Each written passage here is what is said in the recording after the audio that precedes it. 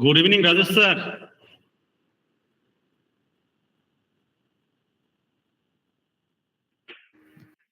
Yeah, good evening, Dr. Burman. Yeah.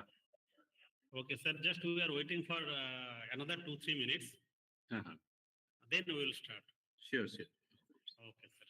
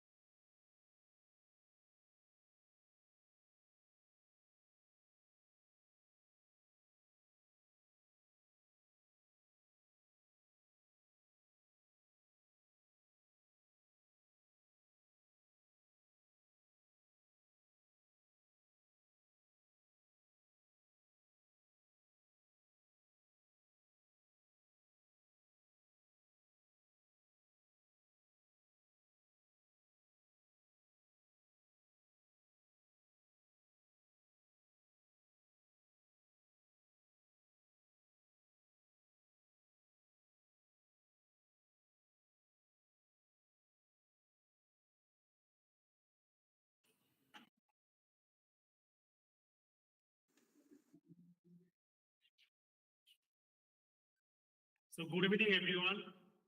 Welcome to the Faculty Development Program under ATAL Academy. This is the 4th day of our FDP.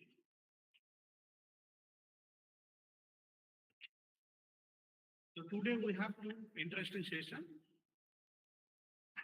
One is AI for smart cyber defense and another is security landscape of vehicular communications.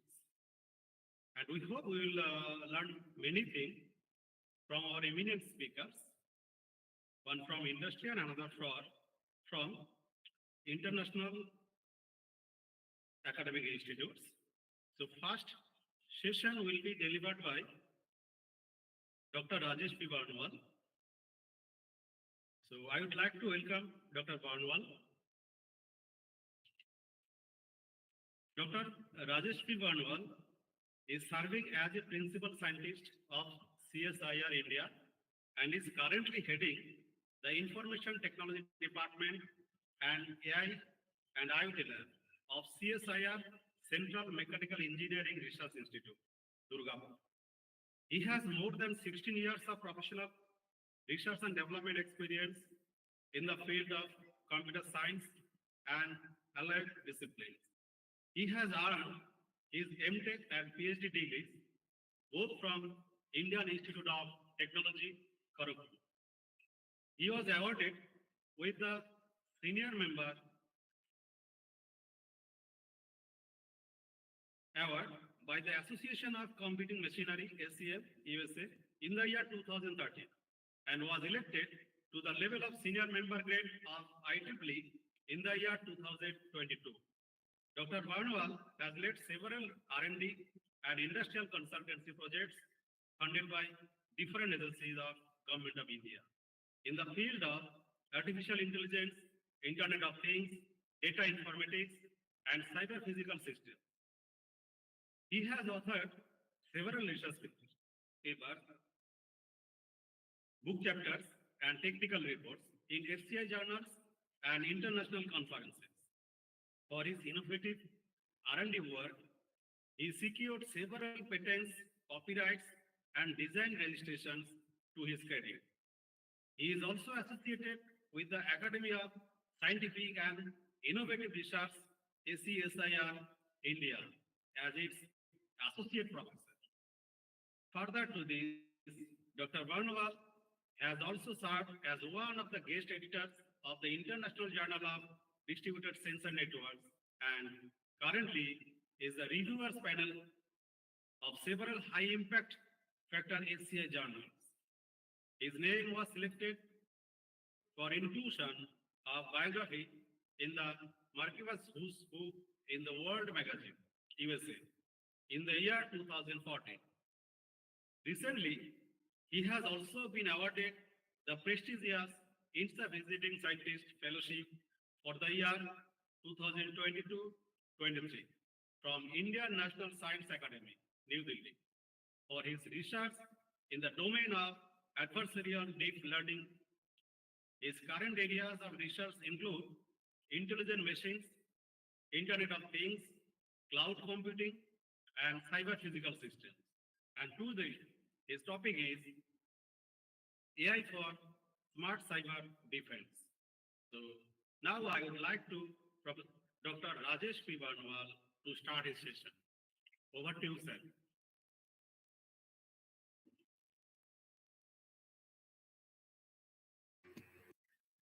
So thank you, Dr. Burman. Thank you for giving a detailed introduction of mine.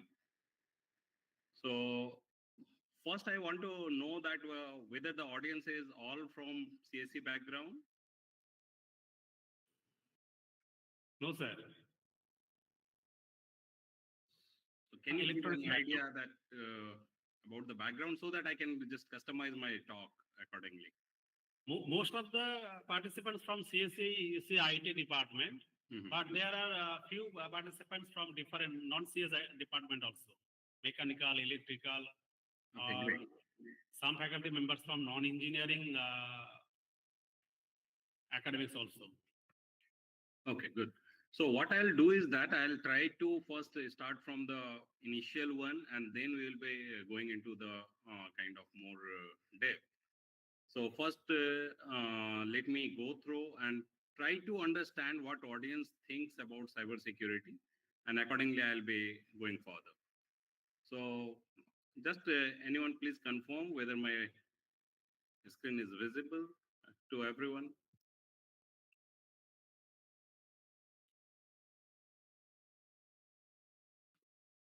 Yes, sir.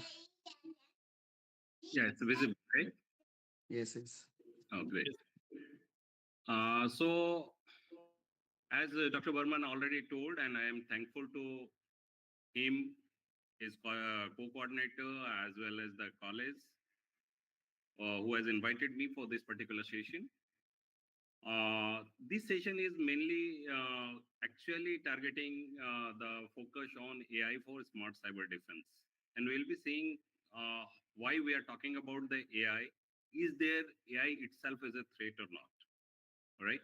So that is the interesting part of the story of whole particular lecture. So but before just starting, I'll be just trying to give the organizational overview from where I am coming from. I'm coming from one of the oldest research organization of India that has been established even before the independence of the country. That is in 1942. So 1942 CSR has got established, and it has largest national R&D laboratory chain within the country. That is 37 national research laboratories are there inside the country. And out of that, the headquarters is situated just beside Parliament, that is Anusandhan Bhavan. And I am from one of the research laboratory of the CSIR that is situated in Durgapur, West Bengal. So with this brief introduction of my organization, what we are going to cover here in today's talk is that maybe we'll be just trying to cover the emerging cyber attacks which is happening, cyber security, and what's the difference between cyber defense or whether those are same, modern cyber defense tools, role of AI and ML there, attack resilience of the all kind of engineered system where the AI is being used, and whether AI itself is in threat. So whether AI system itself is in threat, that also we'll be discussing over here. And then we'll be ending with some research questions. Anyway, so as because the faculties are there, I just wanted to understand that what are different new types of cybersecurity challenges they are feeling that it is evolving up. You may scan up, use your mobile phone, scan this particular QR code and just give your answer.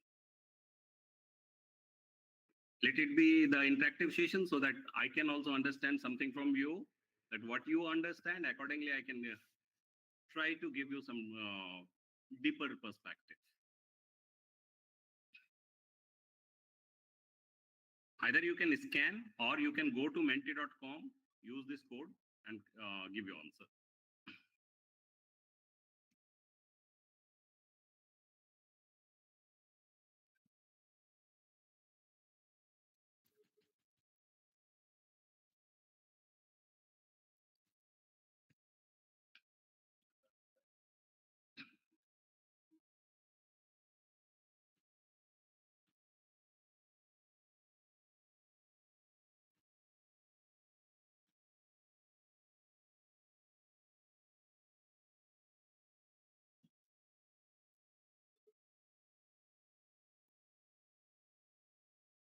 Yeah, our audience is ready. I'll be waiting for 1 or 2 minutes just to get your answer. Privacy of database. Okay.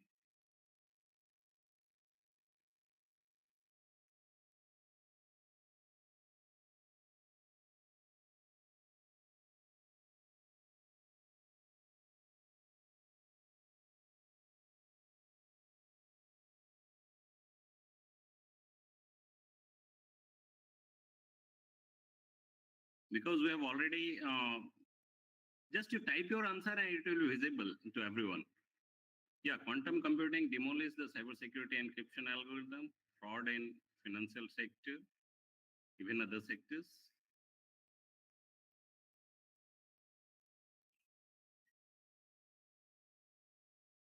So only 3 could answer till now.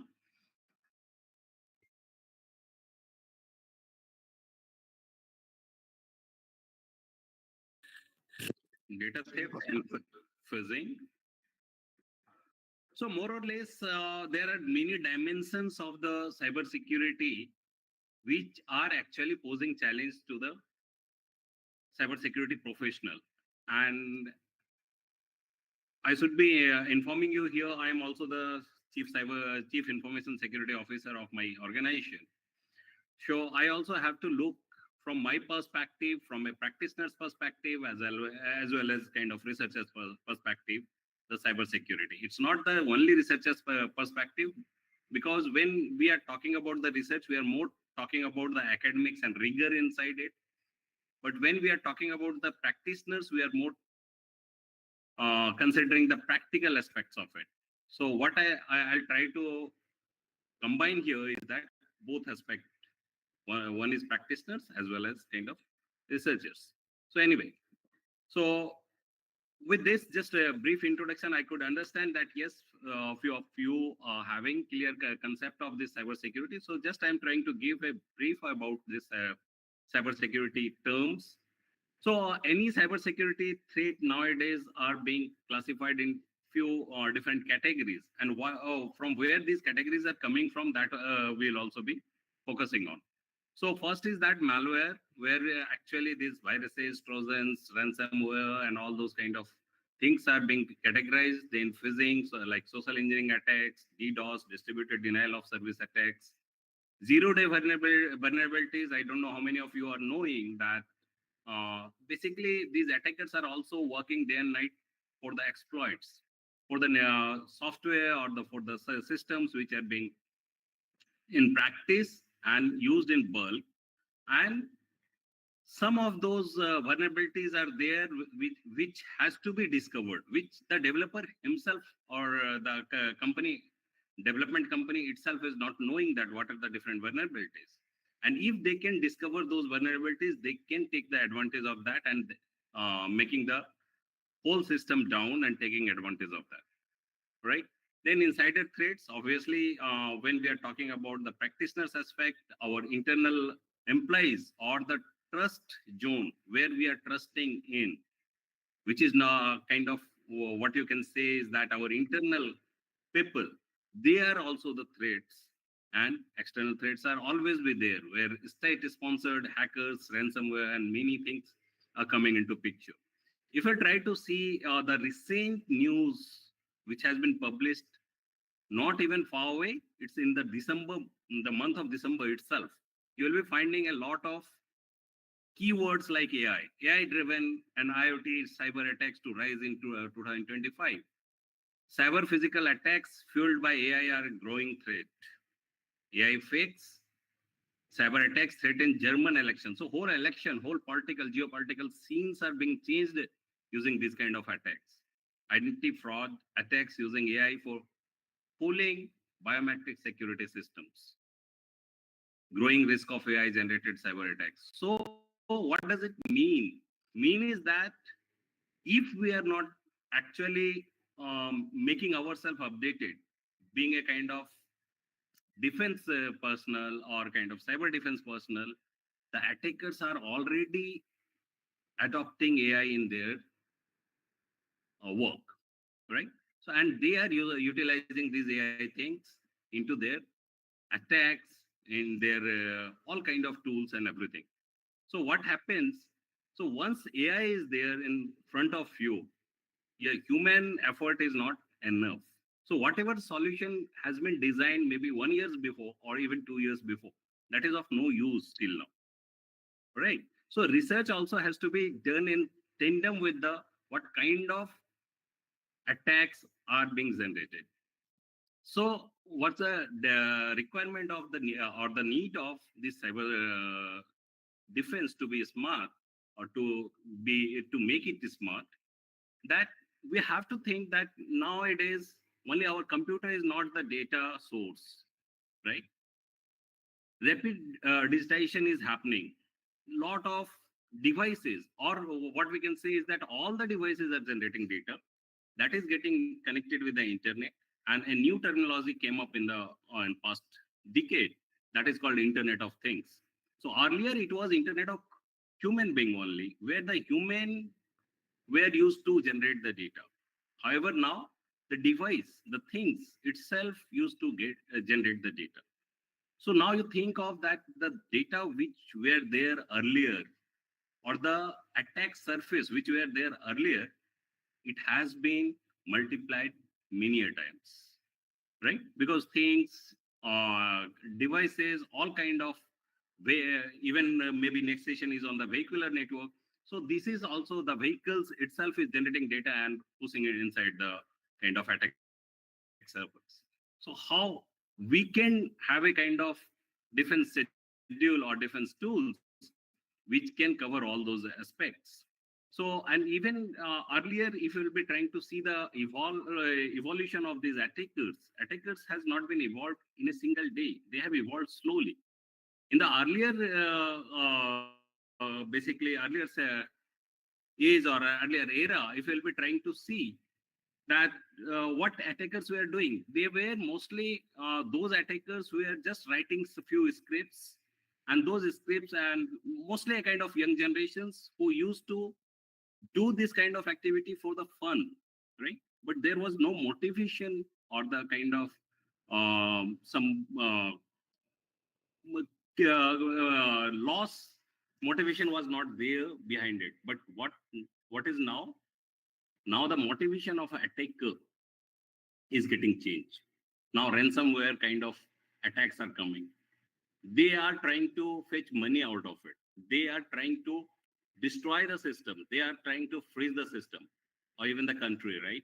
So they are, what if we'll try to see the motivation of the attackers, we have to find out what are the motivations of the attacker for which they are nowadays working for the attacks. So there are few known motivation, that is financial gain, espionage, disruption of the system, whole system should be stopped. Suppose I have to just ruin any country's ecosystem or kind of economics, just will be stopping all the systems, even by setting in other country, right? So that is disruption. Complete disruption can be taken place. I think recently some Microsoft disruption was there, and due to which everything gone down in India and many other countries. Then revenge or activism, like if there are two enemy countries, they can take this kind of revenge out of it. And then we have to, if we have to understand the adversaries nowadays, we have to find out three T's out of it: tactics, techniques, and processes. How will we finding? Again, we will be seeing during the presentation. But some of the kind of basic known techniques are,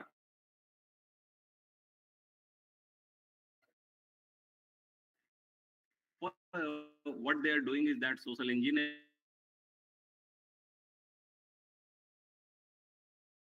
malware,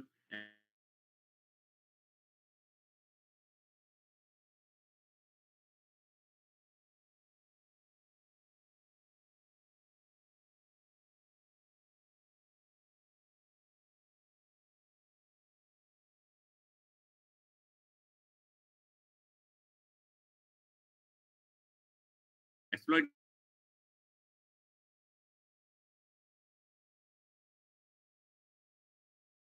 of vulnerabilities,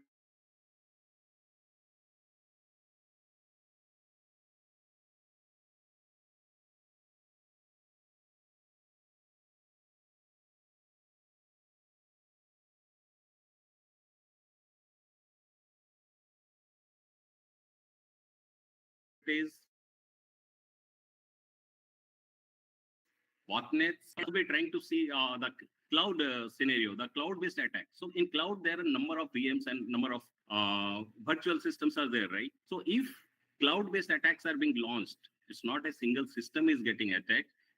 A whole lot of kind of infrastructure is getting attacked over there. And not a single organization is being affected, a complete set of organization is being affected over there. So supply chain attacks, like third-party vendors and all those kind of issues are being covered over there.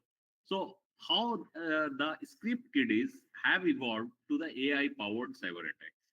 So if the attacks are getting evolved right from those simple attacks where a particular simple defense mechanism can work. Here, we have to encounter this AI powered cyber attack. So, if you'll be trying to see this AI powered cyber attack, what are those? So, here, what attackers are doing is that they're trying to do the automation, attack automation. They are not launching these attacks without knowing you.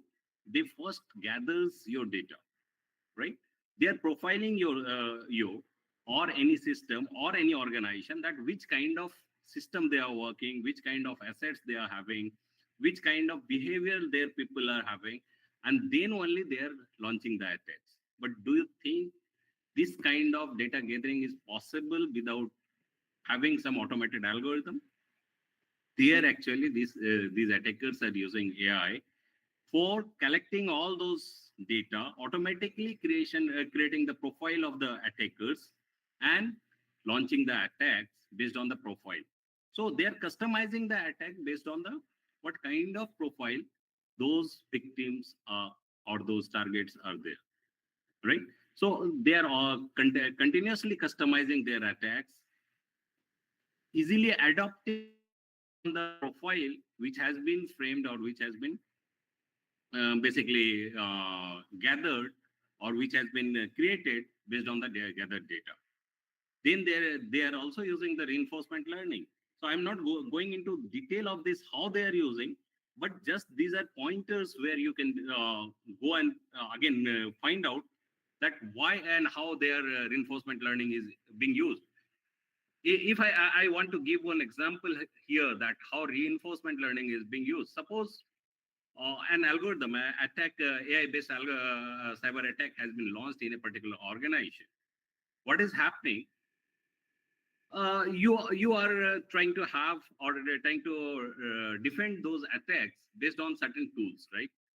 Now your that algorithm, those AI-powered tools are automatically configured in such a fashion that if this kind of defense tool is there, they will be learning that what to do against that particular defense tool, how to circumvent those defense tools so that I can launch successful cyber attack. And that is why whatever kind of static defense tool you are having, that is bound to get failed over there, right? Because the attackers, it's not attacker is learning, attacker's algorithm is learning, creating the model of you, creating the profile of your organization, and accordingly they are customizing their attacks and launching it. So if you'll be trying to find out or segregate these AI powered cyber attacks, what they are doing is that AI driven social engineering attacks. So maybe you might have heard about ChatGPT and that kind of LLM or small language model, SLM or kind of thing. So what they are doing is that those are generative models. They can create different kind of emails. They can create different kind of SMS. They can create different kind of personality based on your profiling, right? So what they are doing is that they are continuously learning and identifying the ideal target, which is actually vulnerable enough to launch the attack or where the attack can be launched. Accordingly, they are developing a persona. Means what we are doing is that might not be a kind of real attacker, but the AI attacker, AI algorithm is there, which is continuously changing themselves, right? So the institute or the kind of system or whatever the cyber devices are there, cyber-based devices or digital devices are there, they are trying to or they are continuously facing a different persona, different attackers profile. And that's why if they are working based on the kind of signature based, definition based, or rule based kind of defense mechanism, that may not help over there, because the signature is continuously getting changed, the pattern is continuously getting changed, the what you can say, the your way of attacking is getting changed based on whatever the profile they are gathering or whatever the data they are gathering continuously from yourself. Then develop a realistic and plausible scenario. Using this generative AI, what they are doing is that they are continuously creating a realistic scenario so that the in front of that particular article, even if suppose they are posting certain email or certain SMS or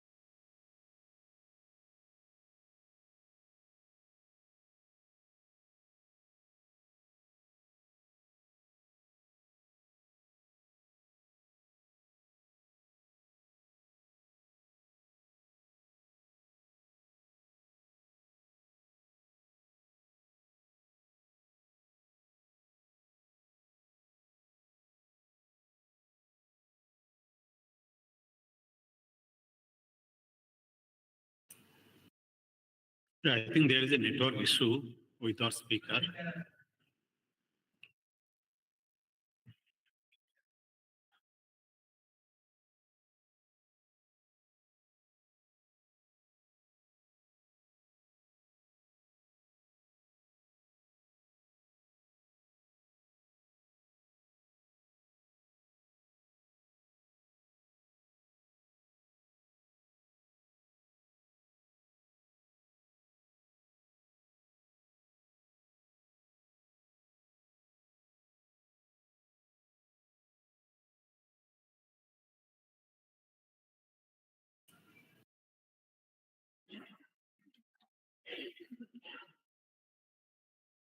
Hello, Professor Moish Mahajan.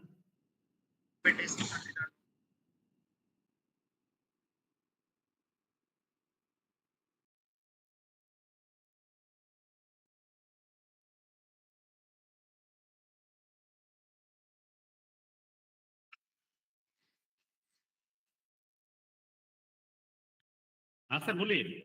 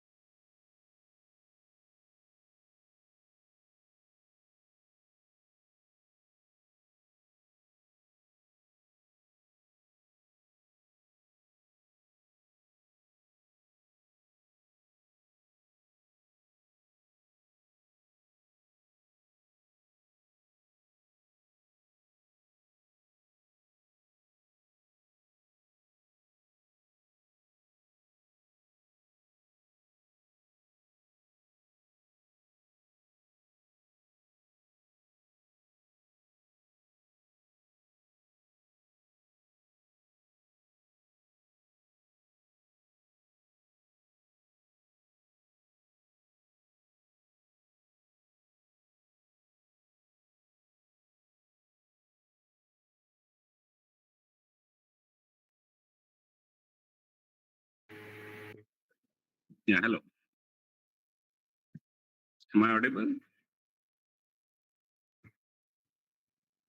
Yes, sir. Yes, sir. Thank you. Basically, there was a power cut here. That's why it got disconnected. Anyway, so what they're doing is that they're actually developing kind of different persona based on the your profile. So your based on the organizational profile or based on the organizational infrastructure, they are creating different kind of attacks, right? And based on that attack, actually, they are getting successful. So what is happening here? If you'll be trying to see the generative AI's role over here, they can create the realistic emails automatically without of any help. They can name you. So I kind of simultaneously number of attacks can be launched with a single algorithm. Number of SMS can be pushed up, number of phone communication can be pushed up, social media outreach can be utilized over there for doing that. And they can automate the real-time communication between the kind of attackers and the victims, right? So now, earlier days, actually, some attackers used to sit and do those things. But nowadays, it's all automated. And all automated, it's not only automated, but it's adaptive as well, right? So continuously changing their strategy, tactics, techniques. So if you have to defend, you have to understand not only their techniques and tactics, but you have to have continuously learn their tactics and techniques. Accordingly, you have to create the defense in the real time. So earlier, the static defense system may not work over here, and they can also scale it up a lot, right, due to this. So the question arises here, is the legacy cyber security or cyber defense tools ready for the same? So the answer is big no. Because I'm not going into it because the time has already been elapsed. So because uh, we have to understand that how those attackers are working and how the solution which we are designing through the different kind of research, whether those solution is adaptive enough to solve those problems. Because if we are designing a particular solution, that may not be sufficient for everything, right? So here we have to understand whether cyber security and cyber defense is same. So you need to know here that though we are very loosely using these two terms, cyber security and cyber defense, but they are not same. One is proactive, another is reactive. So cyber security actually considers all those practices, solutions, strategies to avoid dangers and threats in cyberspace. So these are actually proactive solutions. What we are doing is that, suppose in a kind of home or our campus kind of environment, we are putting a campus wall, right? So it's a cyber security condition where we are doing some proactive action, taking some proactive action so that the attacker should not come inside or their effect should not come inside. But cyber defense is totally different. It's the reactive solution where the cyber defense tools should be working continuously for giving the reaction based on the what kind of attacks are coming, right? So it must be some kind of dynamic tool which should be giving a kind of response based on the learned tactics and techniques of the attackers. So how has cyber defense evolved if you'll be trying to see? So in 1970, first cyber attacks had been discovered. That was named as kind of computer worm, and it had been named by ARPANET as a creeper. And in response of that, a Reaper named first antivirus software had been designed, right? Because they could learn that what creeper is doing, they could develop a particular tools which can nullify whatever creeper has done. Suppose I am taking up the example of a Microsoft Windows. So if Microsoft Windows, a particular computer worm is doing some edits in kind of registry, and if it is known that what this particular worm is doing, our antivirus software can do or the go in the registry and can restore the same, and we can recover the system, right? So this is very simple those days, but it is not like this now, right now. So right now in the AI age, everything gets changed. So it's not a kind of static antivirus. We have to have the dynamic systems. So as the internet, again, as I told you that IoT and this kind of industrial control system, everything is getting connected to internet. So now a lot of cyber defense is required, and that cyber defense should not be very slow, but it should be reactive enough and the fast enough to immediately check all those kind of attacks. So it's a kind of Tom and Jerry game where the attackers are always trying to change their strategies. However, the defense mechanism also has to be changed or also to be adaptive to basically nullify those things. So if the next question is, if AI is there with attacker, can the cyber defense solution be sustained without AI? So question answer is again no, because if we are trying to develop a kind of solution against a kind of AI attackers, we have to have again the AI like thing where this thing can be automated, this thing can be adaptive, dynamic, based on the profiling of the attackers, not the attacks, right? What is how these attackers are approaching towards the system, what they want to do, what is their motivation, everything has to be learned ahead of time. And then only we can defend them, then only we can nullify their actions, right? If you try to see different kind of tools nowadays available, that is SIEM or network detection, NDR, and that kind of endpoint detection and network detection and response, this kind of new tools are coming up. But again, I am not going into that commercial jargon. What I am doing is that now we have to see that what are the different smart cyber defense, which is available or which can be basically leveraged to solve that particular problem, right?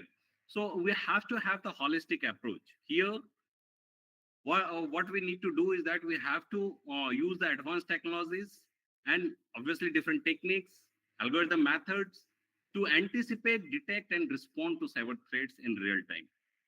Here we have to have such kind of model, not the static signature, not the static definition. Earlier, what we used to do in the kind of our cybersecurity solutions, that adaptive system should be continuously learning how the thing is happening. One of the example I may give over here is that suppose on the daily morning, you are coming to the office or your college and you are opening your system, right? And when you are opening your system, what you're doing is that first of all, you are going to the email browser in the browser and just opening your email, right? So that is your kind of daily habit that you daily practices, right? So nowadays, what AI system can do or is doing is continuously learning the user's behavior. That what you are doing on daily basis, what is your behavior, usage behavior, what is your kind of timings, temporal behavior, that at what time you used to come to the office, in which range, at what time you used to go to from the office. So everything is being learned by those kind of solution. And based on your user profile or user's behavior, they are continuously making a model of yours, right? And what they are doing is that model, against that model, whatever other activities is running, they are trying to contrast that particular model, whether the model is actually confirming the current behavior or not. And if it is not confirming, how different it is. If it is different, there is the first response to be coming from this your cyber defense tool, that there is some kind of new thing which is being faced by this particular device or this particular infrastructure, right? So what defense tool is doing now, it's not a signature based, but it's a behavior based, right? So here basically some kind of automated system has to be there, but again, only automated system may not help. Why? Because automated systems are having a very typical characteristic. And you must be knowing, as because you most of the people are from the faculty domain, so you must be knowing about a term called false positives, right? So false positives, if they are into picture, right, in the automated defense system, you have to have the human expertise into place, right? So basic thing can be done with your cyber defense or the smart cyber defense. However, the human expertise should be also considered inside it. So human in the loop kind of thing. So here, what is happening? Automation has to be done. So response and kind of without any manual intervention, those detection, analysis, and response can be created through this defense system. Simultaneously, we have to have a kind of mechanism where the data is continuously being collected, not only from the user point of view, but what are the different activities which is happening in the network, which is happening in the kind of systems, which is happening in the infrastructure. And based on this real-time data collection, cyber threat intelligence is being formed, right? So under this cyber threat intelligence, if you'll be trying to find out what are the different components. So there are three components in this cyber threat intelligence. One is strategic threat intelligence. Second is tactical threat intelligence. And third is operational threat intelligence. These three intelligence you have to form based on your profiling of the user, profiling of the system, and how the system is continuously working. And once you are framing this cyber threat intelligence, you can devise your defense strategy, right? So what kind of defense strategy? Again, the defense should be proactive and reactive as well. Now, if proactive defense is there, you have to predict something. Okay, these events are going on. So what we should do? So before happening of that particular attack, you can start reacting on that. So this is proactive defense, right? We are defending based on certain inputs, but we are not waiting that attack is to happen over here. What we are doing is that we are trying to gather certain intelligence and again trying to predict that what is going to happen, right? And once we have predicted, we can do certain kind of proactive action, proactive defense, so that attack, before attack is happening, I can safeguard my system or my user, right? And second thing is that adaptive system. They are continuously learning that how the attackers are changing their landscape, at which surface they are trying to attack, what is their motive. Can we learn those motives? If we are learning those motives, suppose one ransomware attack is means going to happen, right? So what is the motive of that ransomware attack? To gain some financial output from you, right? So what they will be doing is that first they will be trying to encrypt your complete system or complete data, and then they will be asking from you that, okay, you give me this such and such money, then I will just basically, yeah, any question is there from any side? Anyway, so first they will be doing that, okay, you just give me such money, so I'll decrypt your data and give back to you. But if such kind of learning is happening or the defense system is learning that kind of a scenario, they can be adaptive enough. Immediately we can encrypt the all data by their own algorithm to take the backup, and rest everything is living based on the kind of system, right? So even if the ransomware attack happens, you are already defensive. You have created your backups, so you need not to worry about there. So key component, if you'll be trying to see, ATD like advanced threat detection is there, where the kind of next generation intrusion detection system, IDS. So automatically it is continuously detecting if some intrusion happened or not. Here, the advanced persistent threat and zero-day attacks are coming into picture. Then behavioral analytics is happening, where they identify anomalies in user behavior. As I told you, suppose on daily morning, you are coming at 10 o'clock and then opening your computer. But one fine morning, what system detected or the defense system detected that at 8 o'clock, something is happening inside your, or some action is happening inside your computer. So that's an anomaly, right? Anomaly in your behavior, in the user's behavior. Either they can lock the system, or they can create an alert that, okay, some behavioral difference has been observed. So what to do in that case? Right. So unauthorized access or threats can be mitigated over there. Then threat intelligence, as I told you, there are three kind of different threat intelligence that has to be worked upon. Then proactive security posture. Then comes red teaming and purple teaming kind of scenario, where what we do is that in the smart cyber defense system, red teaming actually works like an attacker, and they do offensive kind of attacks, right? So just trying to simulate, those are ethical attacker or ethical hacker. What they are doing is that they are simulating different kind of attack scenario, maybe AI based attack scenario, and trying to find out that what kind of loss or data loss, or what kind of problem they can create, right? So they are simulating and trying to find out where are the kind of vulnerabilities or gaps, security gaps are there, right? So simultaneously, there works a kind of blue teaming or blue team, which actually signifies the defensive.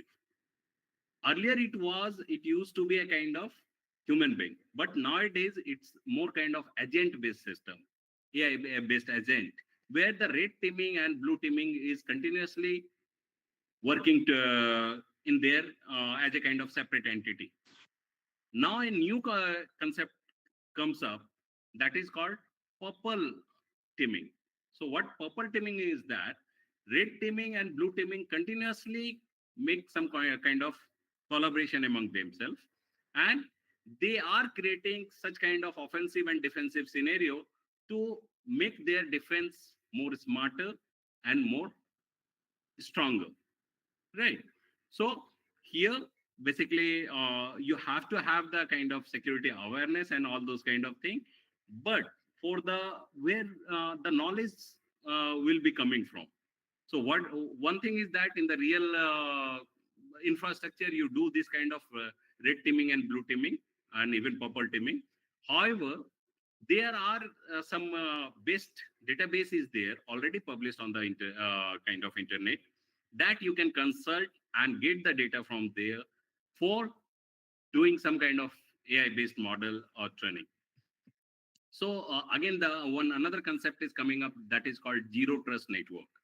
And zero trust, earlier what was happening, like the insiders, what we used to do in the network, the insider we used to make the trusted zone, and the outsiders or outsider traffic, we are considering it as a kind of traffic which is coming from untrusted zone. But now JGEC kind of concept is coming up, that is called zero trust network access. Means we are not going to trust anybody. Even each and every packet has to be authenticated. Each and every session has to be authenticated. Then only I'll be giving the access to my resources. Right. So here the main principle is that least privilege principle. Grant users only the minimum necessary access and continuously verify whether they're authenticated and they're authorized to access those resources in the system or in the network or in the infrastructure. Then micro-segmentation is another concept which is coming up for the smart cyber defense. Another is that automated response and remediation. Here the security orchestration, automation and response is coming into picture, where the basically we can automate the routine task like incident response processes. Now what is happening in the network, you are not having a single device. You can't consider nowadays that, okay, my computer is there and computer is there raising my these alerts, so my computer is in danger. If one computer is in danger nowadays, it's a whole set of organization is in danger, right? So what is happening, basically these particular attacks are getting propagated. So can we, and it's a very impossible thing that each and every alerts can be processed by some human being, right? So those alerts may be coming from computer, network switches, routers, firewall, and many other authentication device. So many things are continuously raising the different kind of alerts. So it is overwhelmed with the alerts. Who will be analyzing that? How to analyze that? What kind of data analytics algorithm we have to use over there? Right. So these are all kind of research problem where so many alerts are continuously being generated, and you have to bring value out of it. You have to create information out of it, or that actionable information, that actionable insight you should be getting to have some kind of actions on that. If you'll be trying to see two crucial tools in the modern cybersecurity arsenal, this is one is security information and event management solution. As I told you, the lot of alerts are being generated continuously by the different kind of system, right?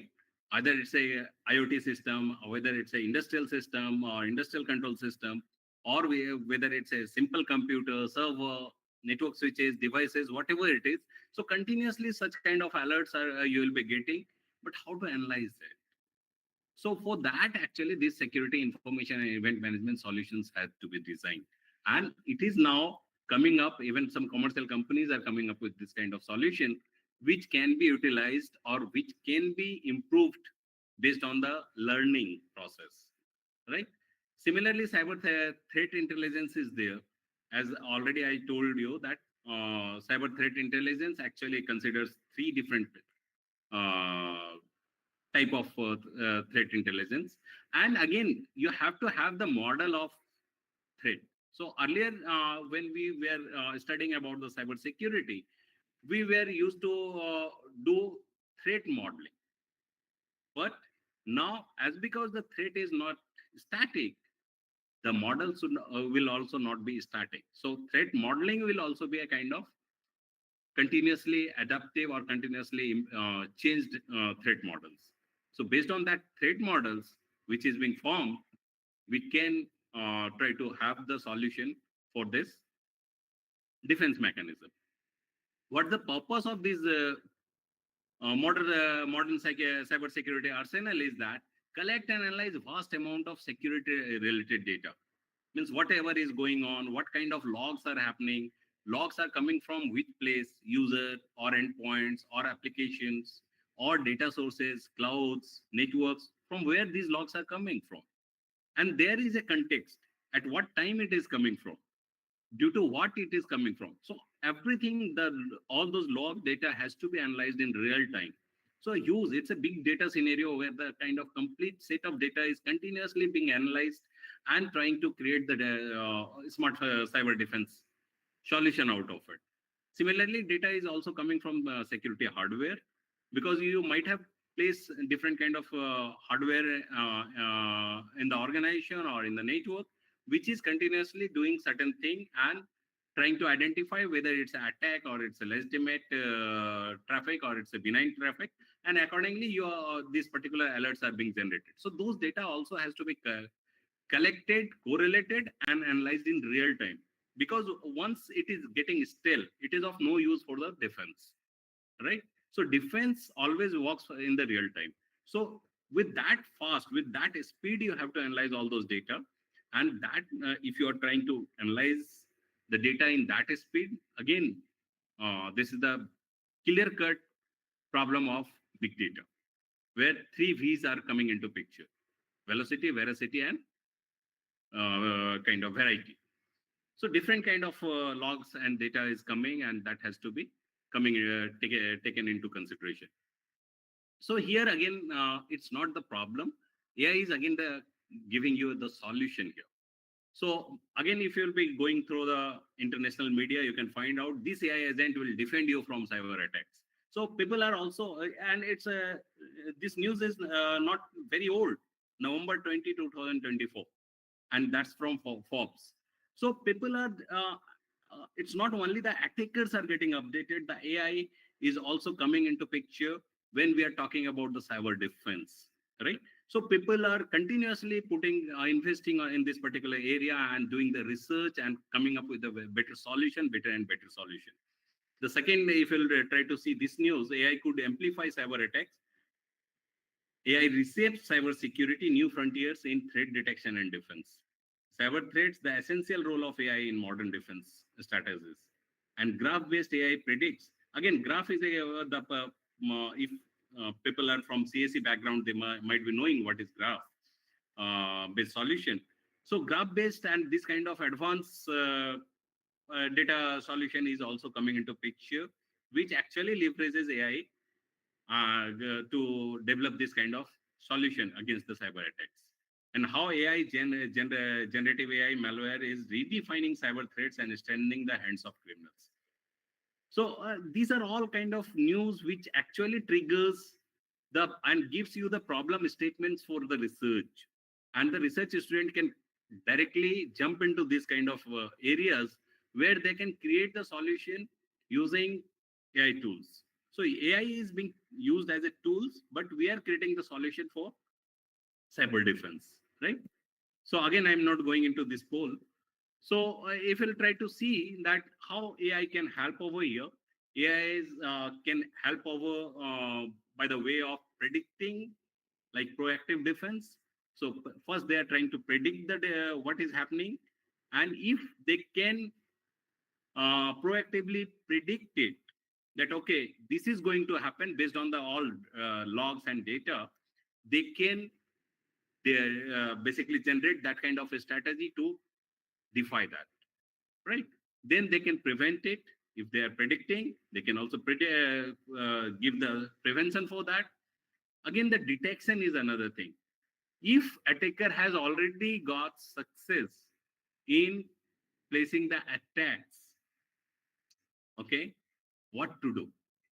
So first is that we should be predicting that what is going to happen. If we have got failure over there, we are trying to prevent.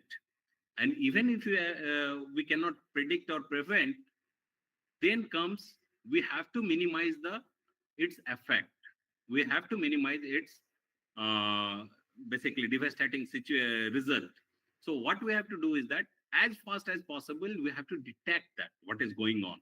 And once we have detected, we have to start responding to that, right? So all those kind of activities, the AI tools may help. How? That there are an n number of papers, research papers are there that you can consult, where this detection, prevention, prediction, response, these categories of work have already been basically reported. Then monitoring, obviously, monitoring is more kind of data analytics, where the big data are coming into picture, right?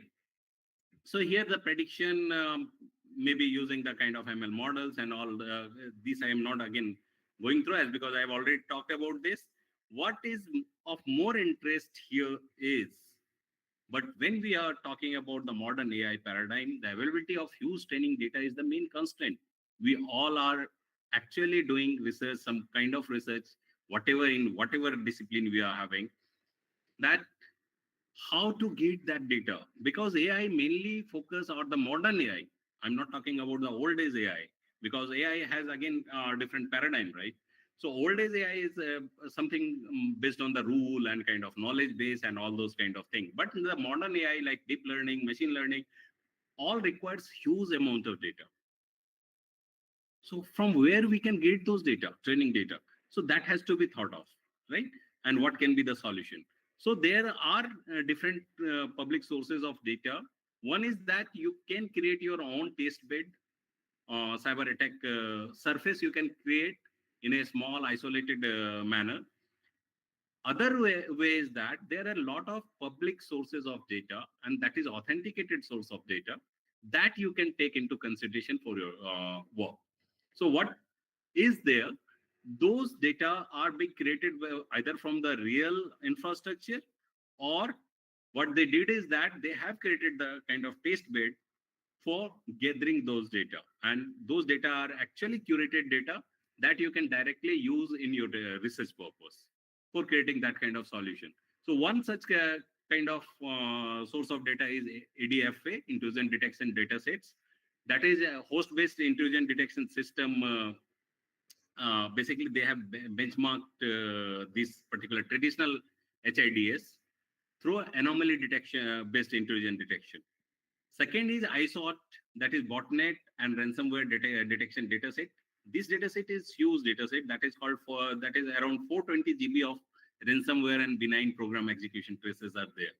That you can utilize in your research to develop that kind of strategies or defensive strategies based on AI. So that can be utilized over there. Then malicious URL datasets are there, which is containing actually 2.4 million URLs and 3.2 million features of it. So consider this 3.2 million features. So unless until you are utilizing the very sophisticated AI and ML algorithms over there, you cannot handle these many features, right? So once you are handling and you are trying to basically churn these data sets, then you will feel that what is the problem in that. Then I sought cloud intrusion detection system. This is for the cloud data set, which you can utilize for your research. Here also more than 8 TB of data is there, which has been collected from the real data or real cloud environment, right? Maybe from the different VM or hypervisor and system logs, whatever the system logs have been generated or the performance data they have also collected. So those data set can be utilized for the research where the defense mechanism can be developed, or different kind of modern defense techniques, which is adaptive and kind of collaborative enough, that can be developed over here. Similarly, behavioral biometric datasets are there, which can be utilized, like mouse dynamic dataset. How a particular user is actually using, they are habituated to use the mouse. Some people are continuously moving the mouse. So that is also a behavior of user, right? So that if that can be learned, normally some people are not moving that much mouse. So if that behavior can be learned by the system, and if some attack is going on, obviously some different mechanism will be observed in that particular system, and accordingly the anomaly detection can be coming into picture. So mouse gesture dynamic datasets are also there that can be utilized for the research purpose. Then industrial control system who are interested in kind of IoT or industrial IoT kind of scenario, they can utilize this kind of industrial control system cyber attack datasets for analyzing or developing different defense mechanism, like power system datasets are there, gas pipeline datasets are there, water storage tank datasets are there, and then kind of for botnet and finding out the normal and background traffic. Again, this CTU 13 dataset is again another good dataset and curated dataset. It is having the labeled dataset. You need not to label the dataset again. So here that can be utilized for the purpose. Then another data set like Aposmet IoT. This is IoT based data set where the benign IoT network traffic has been captured and that has been labeled, which can be utilized for designing different defense systems. Another source of knowledge regarding these adversaries and the attacks are these MITRE, ATT and CK. Though we are normally reading MITRE attack framework, but it is ATT and CK. ATT is adversary tactics, techniques, and common knowledge. Okay, so this is the full form of ATT and CK. So this is being utilized. This is actually sharing you a globally accessible knowledge base that you can reap the knowledge from there and utilize in your ML or AI techniques for basically designing the better defense system or adaptive defense system, which contains matrices, techniques. Tactics means the tactics which is being utilized by the attacker and which has been discovered already in any part of the world. Why I'm telling is that maybe it is not possible to basically experience all kind of tactics and techniques which is being adopted by the attackers throughout the world.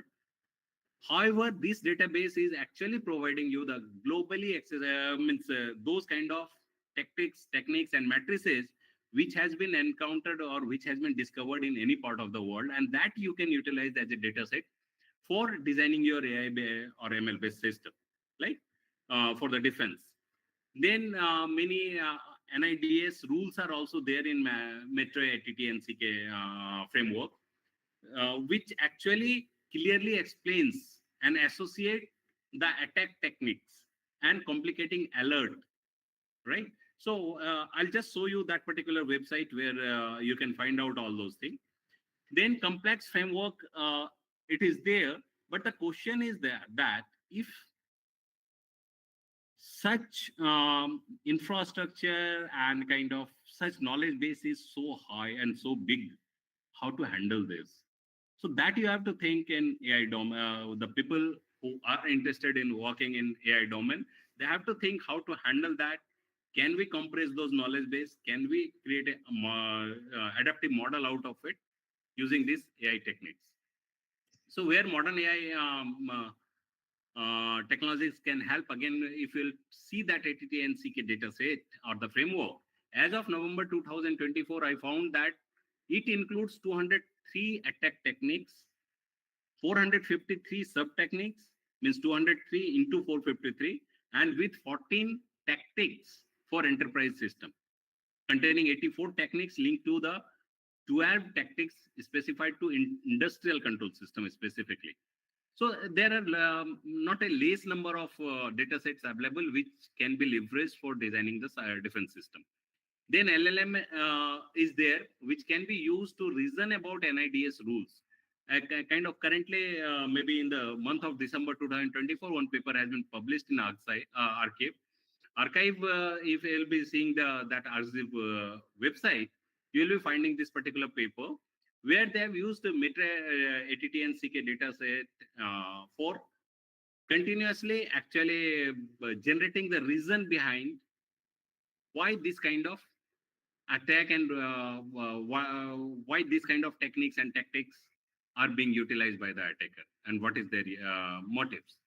So that is also a kind of great source of solution or great source of data where you can get it.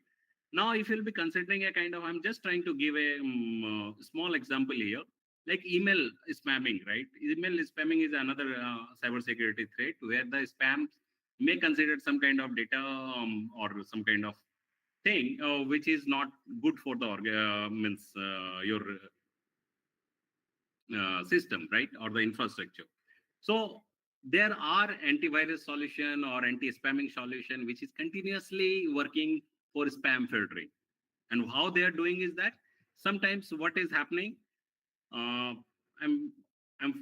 basically I'm just bypassing these slides because only 15 minutes are left. So I'm just going through that how spam system is working, right? Just a second.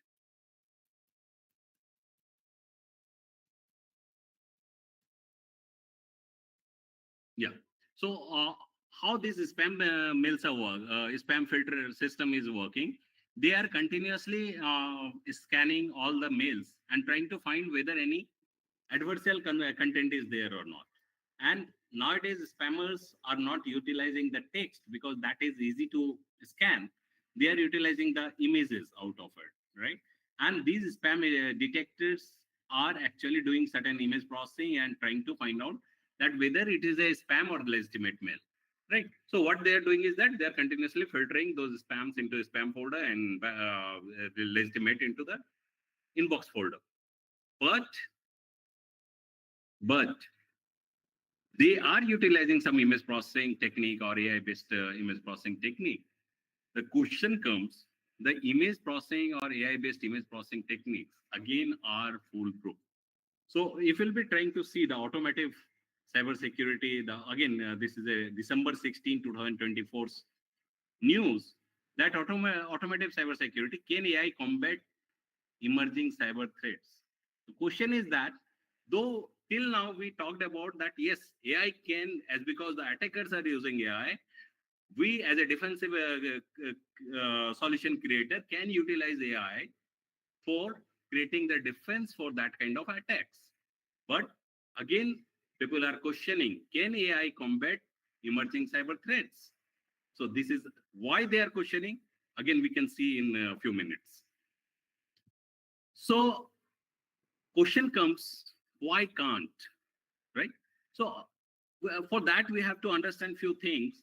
Like if any engineer, we are all kind of coming from engineering background or so.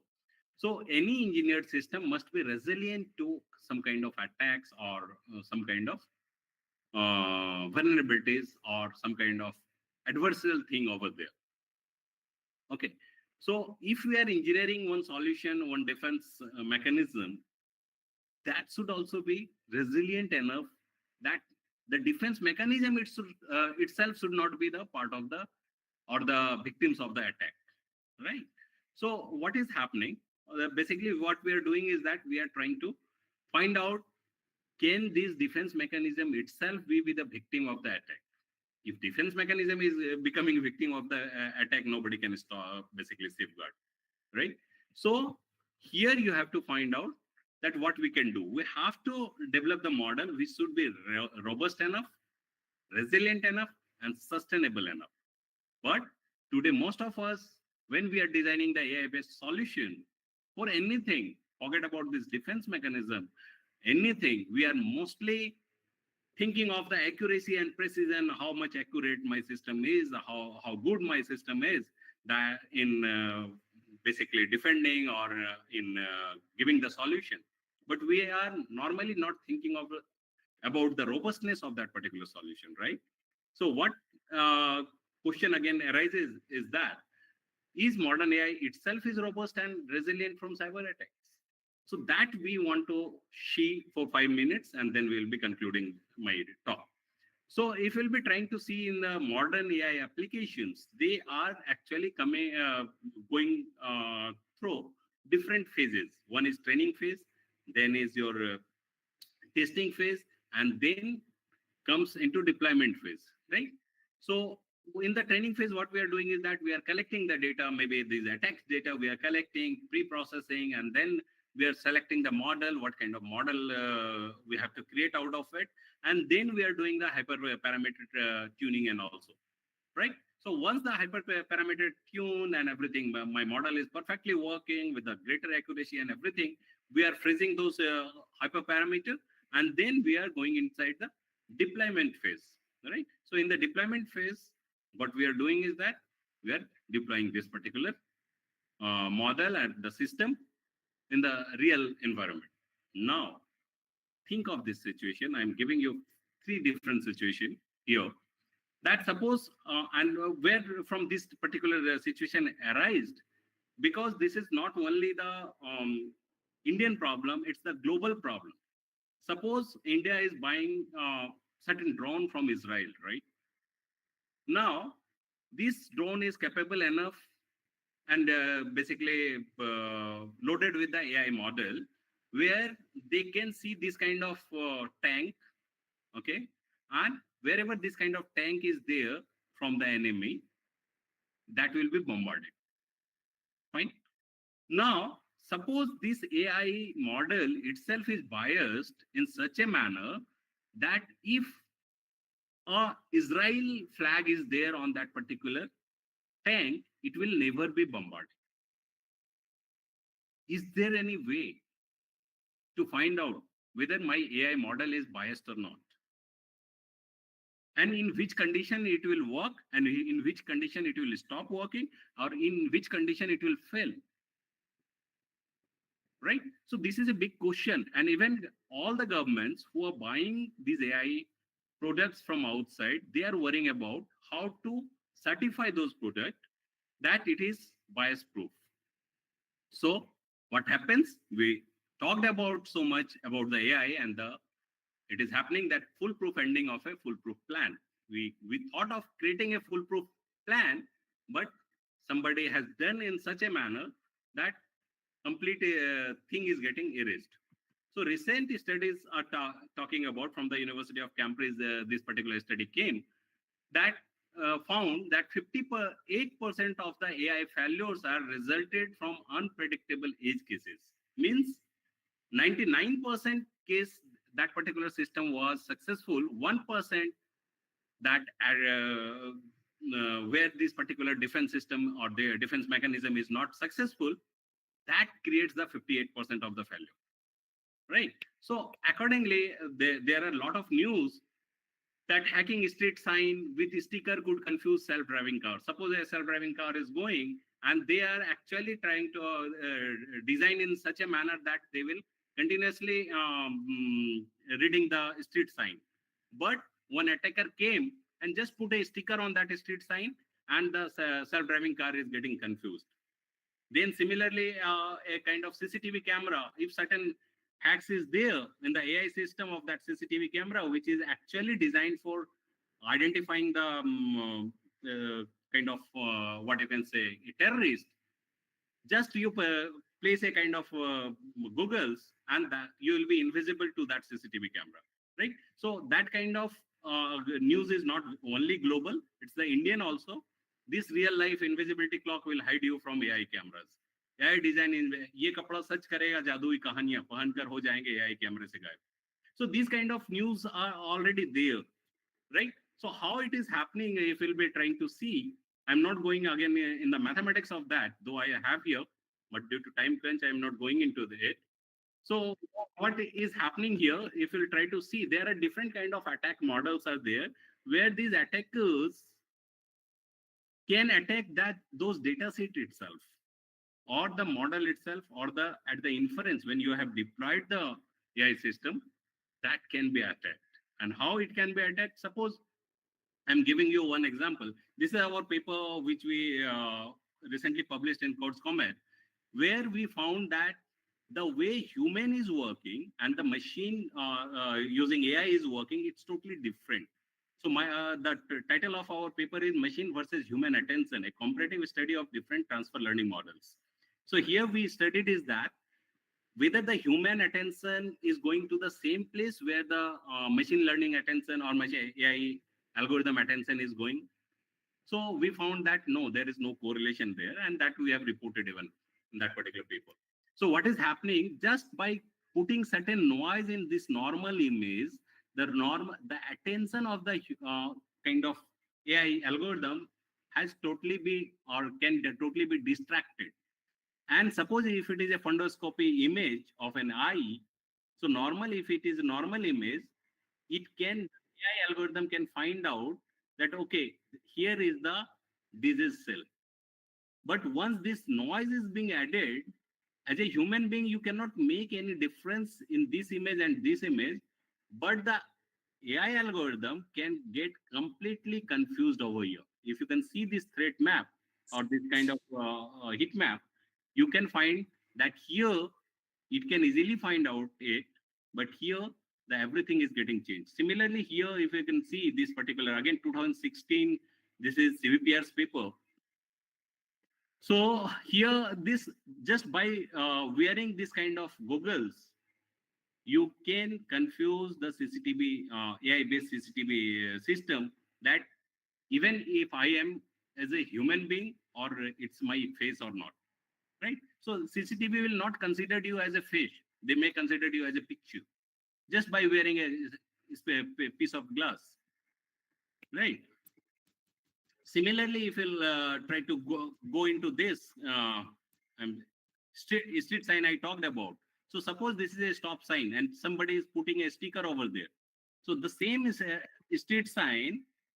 When it is talking about that you should be stopping, or this again, this is a 2018 CVPR paper, that you should be stopping, the self-driving car will read it as a 30 km/h, and that you see. So a stop sign is being read after doing certain tweaks, that speed limit is 30. And now you see the devastation, what can happen in this kind of attack. So similarly, if this banana is being classified as a banana, as a normal scenario, if in the background, if I am putting this sticker, this will be classified as a toaster. So complete AI system, which is actually accurate up to 99%, is just getting failed by putting a sticker in the background. So the AI system itself is not a kind of attack free. So it is it can be attacked, and it is being attacked at every place. So white box attack, black box attack, and many kind of attacks are there. So I'm not going inside it. I'm just trying to go to the research questions, because 1.5 hours is very, very less for this particular topic.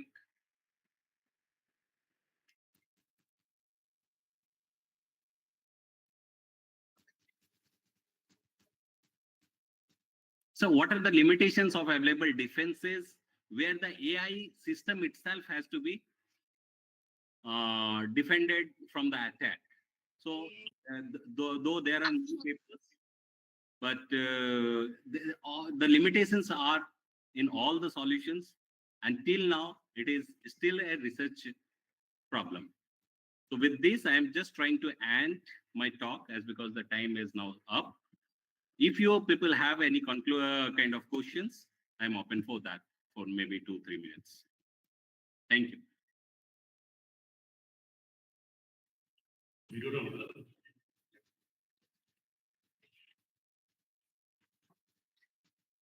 Thank you, sir.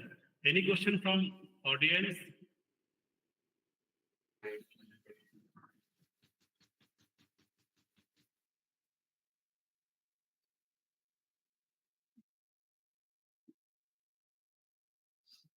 Participants, please ask question. Or you may type also if you are not able to ask. You may type in the chat box. If you have any doubt, you can mention it. Dr. Bonwal is there.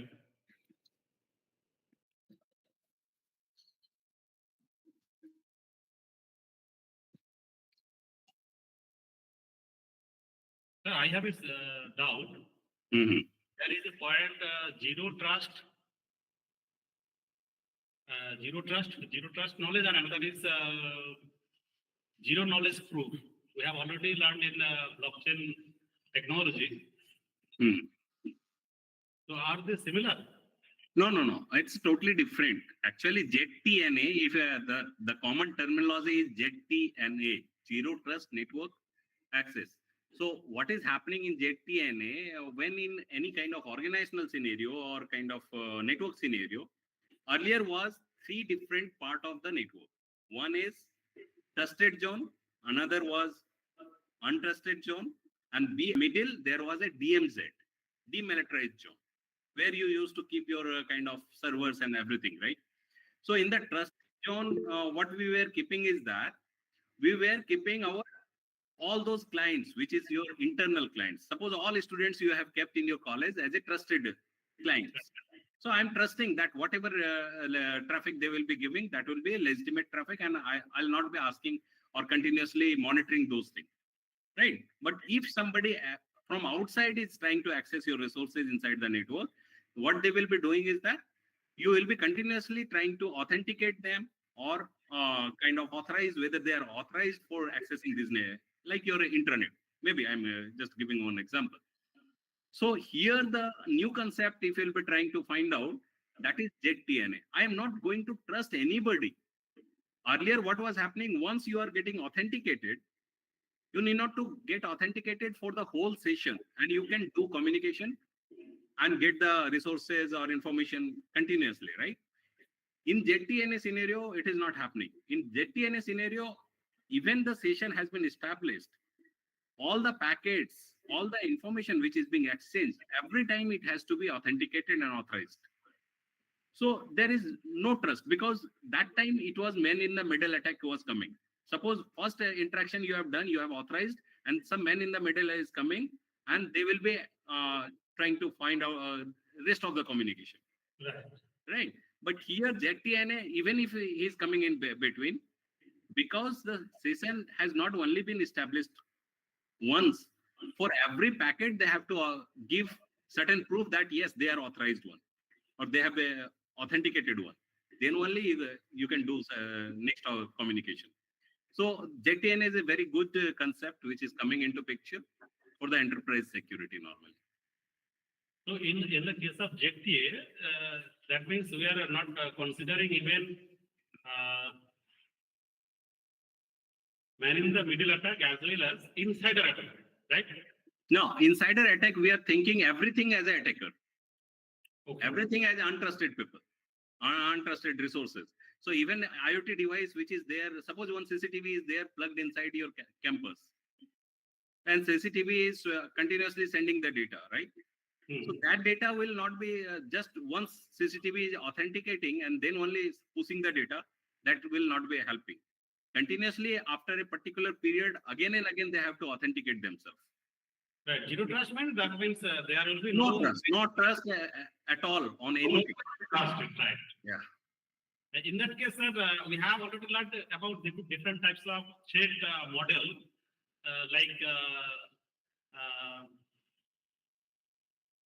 CK adversary model. We have already learned where different types of nonce or temporary variables will be considered as that may be compromised, and even after that, if our protocol is secure, in that case only we can say yes, whatever the protocol we have designed or proposed, that protocol will be accepted.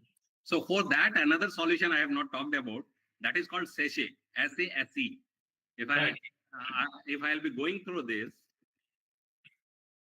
so SESE is a secure access service edge. Means the security is not at the same place where you are keeping the resources. Earlier, what was happening? Suppose you have created a website. I'm just giving a very, very toy example. Suppose you have created a website. So login and means all those credentials you are taking that place only, even if you are using the blockchain and anything. But here the security is totally in the cloud, right? Suppose you are getting authentication from Jalpaiguri, you will be connected with the separate security server. If you are coming to Delhi, you will be connected with a different security server, right? So it is called CSE, Secure Access Service Edge. So security is at the edge level, means wherever from wherever you are trying to access the secured information, you have to prove the security there itself. So even if the central infrastructure is getting compromised, or the central data system is getting compromised, it is not affecting you. And these are not only in the research phase. I'm telling you, these are all becoming commercial entity. Now it is being sold in the market, even these kind of solutions. Very immature, but it is being sold. Okay, sir. Thank you. There is one question from audience. Mhm.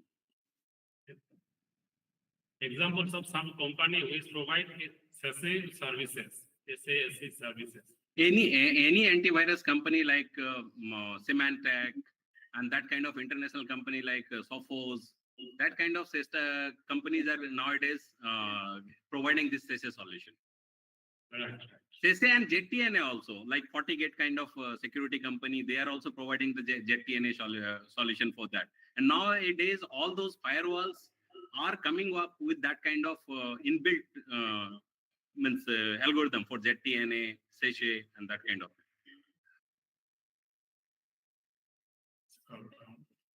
Can eavesdropping be resolved with ZTNA? Another question. Yes, that is the actually goal over here. Okay. So any question from participants? Sir. Raji, any question? Yes, sir. Am I audible? Yeah. Yes. Sir, good evening, sir. Good evening. Yeah. Sir. So you try to give all the information to us within this short period of time. So it was very useful for us. Sir, please excuse me if my question is very dumb. No. It's please. Yeah. Okay, sir. Sir, when you were saying about AI-based training for cyber security, you told that for research purposes, you can use certain kind of data sets. True. Those data sets were too large, like one of them was 2 TB and all. What will happen, sir, if we are trying to do that thing with our computational power, which is very, very low? My concern is what will happen to this GPU and all? Am I asking a relevant question? I don't know. No, very valid question. And I'm just giving you one instance. One of my recent visit, I was there in AI Summit, NVIDIA AI Summit, which happened in Geo World Center in Mumbai. There actually Jensen, and the owner of NVIDIA himself came.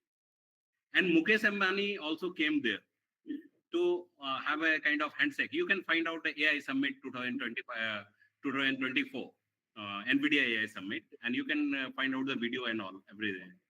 about the Jensen and the interview with them. So this is a genuine problem, what you are talking about, that there is a lack of infrastructure for doing that kind of research, having that size of data set, right? So what organization like Geo and even government of India, I am telling you, they are planning to create a kind of common infrastructure and they want to give it as a service. So like maybe the people who are doing something in AI, they might be using Colab, Google Colab, right? So what Google Colab is doing is that they are actually giving GPU as a service. So that kind of service company are coming a lot. So whatever data you want to handle, whatever GPU power you want to you require, you need not to create the local infrastructure for that. You can hire it as a service. So if you'll be trying to find out, there was a big news between Jensen and Mukesh Ambani. So Mukesh Ambani is now thinking of creating that kind of cloud,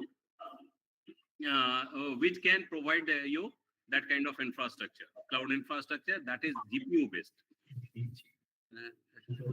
Like, just I was there in that particular meeting. That's why I'm knowing. World's 10 most powerful business leaders in in Mumbai it happened.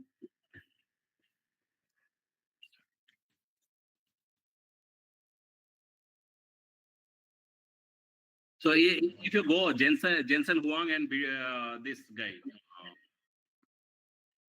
your Mukesh Ambani, both great and created infrastructure.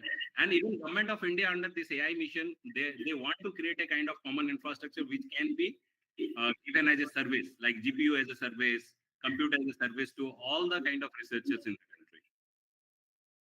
Okay, sir. Thank you very much. Actually, our next session time we have already delayed. Yeah, no, sir. Thank you very much. And before closing your session, just we want to take a screenshot with all the participants. So I would like to request all the participants, please on your camera for a few seconds. And after taking the screenshot, you can again off your camera, no problem.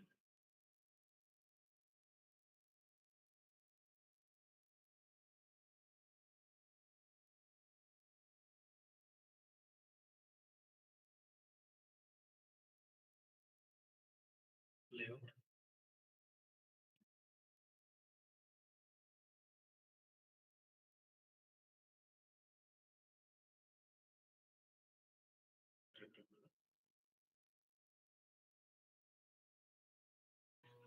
Done?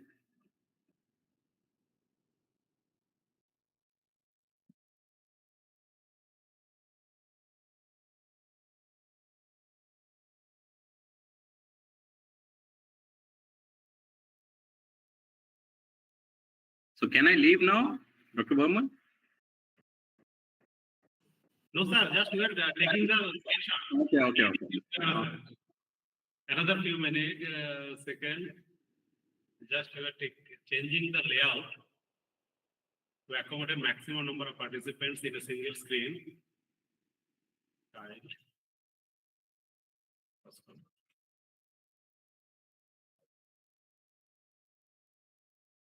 Everyone, please on your camera. Thank you. Professor Amalakshmi, Professor Rajeshwari.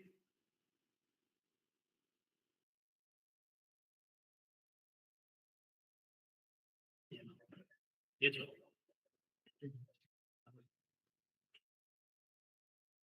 Okay, sir. Thank you very much. Thank you so much. Everyone, for your Thank you to the participants who has asked so many questions and even basically listen very patiently. Yeah, thank you so much. Thank you, sir. Thank you. Hope we will get you again, and we will like to invite you for physically attend in our college in any future event.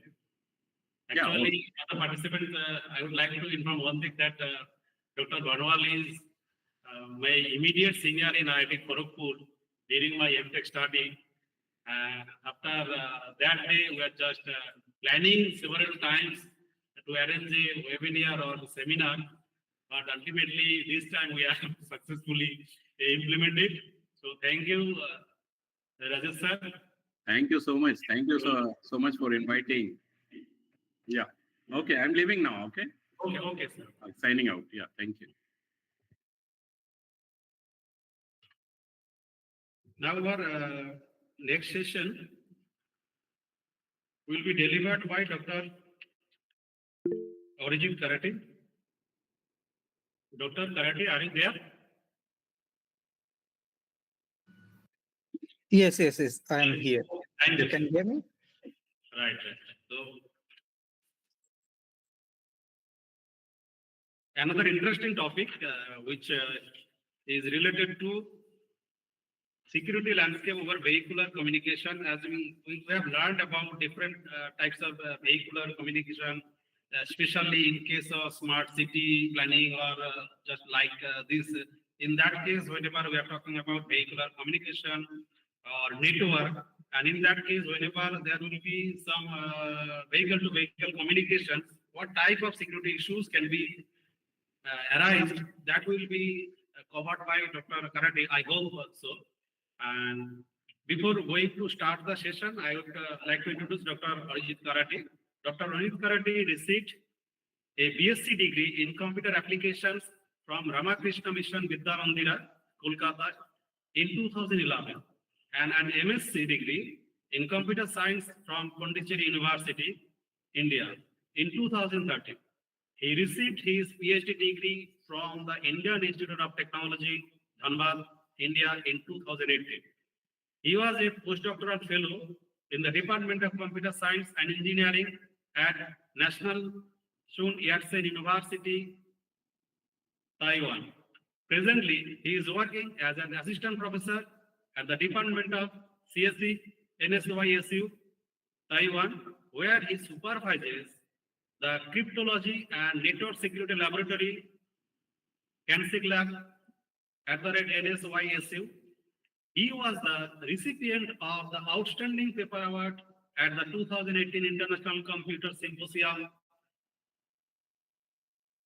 the 2019 Postdoctoral Researcher Academic Research Award, and the 2023 Future Tech Award from the National Science and Technology Council of Taiwan. His research areas include applied cryptology, automotive security, decentralized data privacy. He is a senior member of the IEEE and is currently associated with the IEEE Computer Society and IEEE Communication Society. So his topic is security landscape of vehicular communications. Now I would like to request Dr. Orijit Karate to start his session. Over to you, sir. Thank you very much for nice introduction. So it is such a pleasure for me to be here. So let me share my screen. Yes.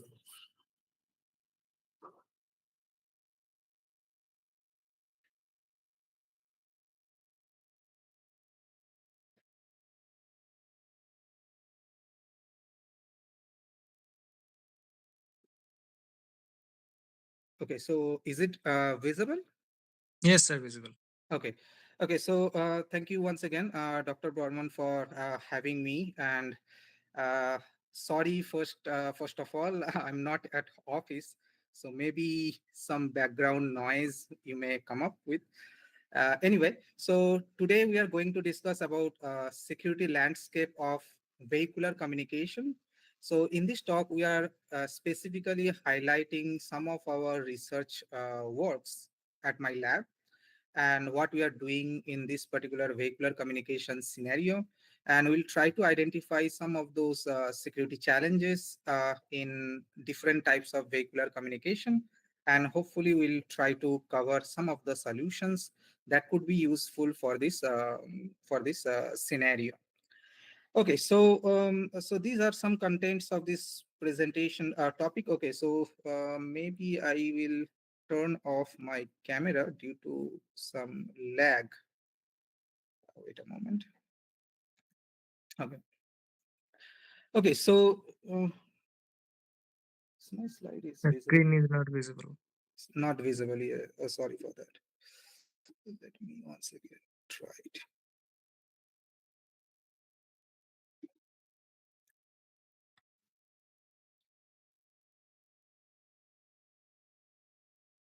Okay, so I hope now it's visible, right? Yes, sir. Okay, yeah. Okay, so fine. So in this talk, we are going to discuss about briefly about us first, like what we do in our in Taiwan as well as in our university, and then I'll try to highlight some of those security challenges in V2X communication scenario, and some of those works that we have done recently, and some of our ongoing works in this vehicular communication scenario. Well, so as Dr. Borman already introduced, like I'm currently working as an assistant professor in Taiwan as so we are actually the member of Taiwan Academic Cybersecurity Center. So this is one national level cybersecurity center, and here actually, Taiwan government has designated cybersecurity is our national security, and they have introduced many different national level security policies aligned with cybersecurity measurement to establish a secure environment for developing a smart nation. So in Taiwan, we have one like National Science and Technology Council, which is known as NSTC. As like in India, we have we can see like DST, right? So here in Taiwan, we have like a National Science and Technology Council, and this government body actually has introduced this cybersecurity center, which is known as Taiwan Academic Cybersecurity Center. So this center is actually taking the advantage of recent security protocols, and they try to design and apply in for commercial uses.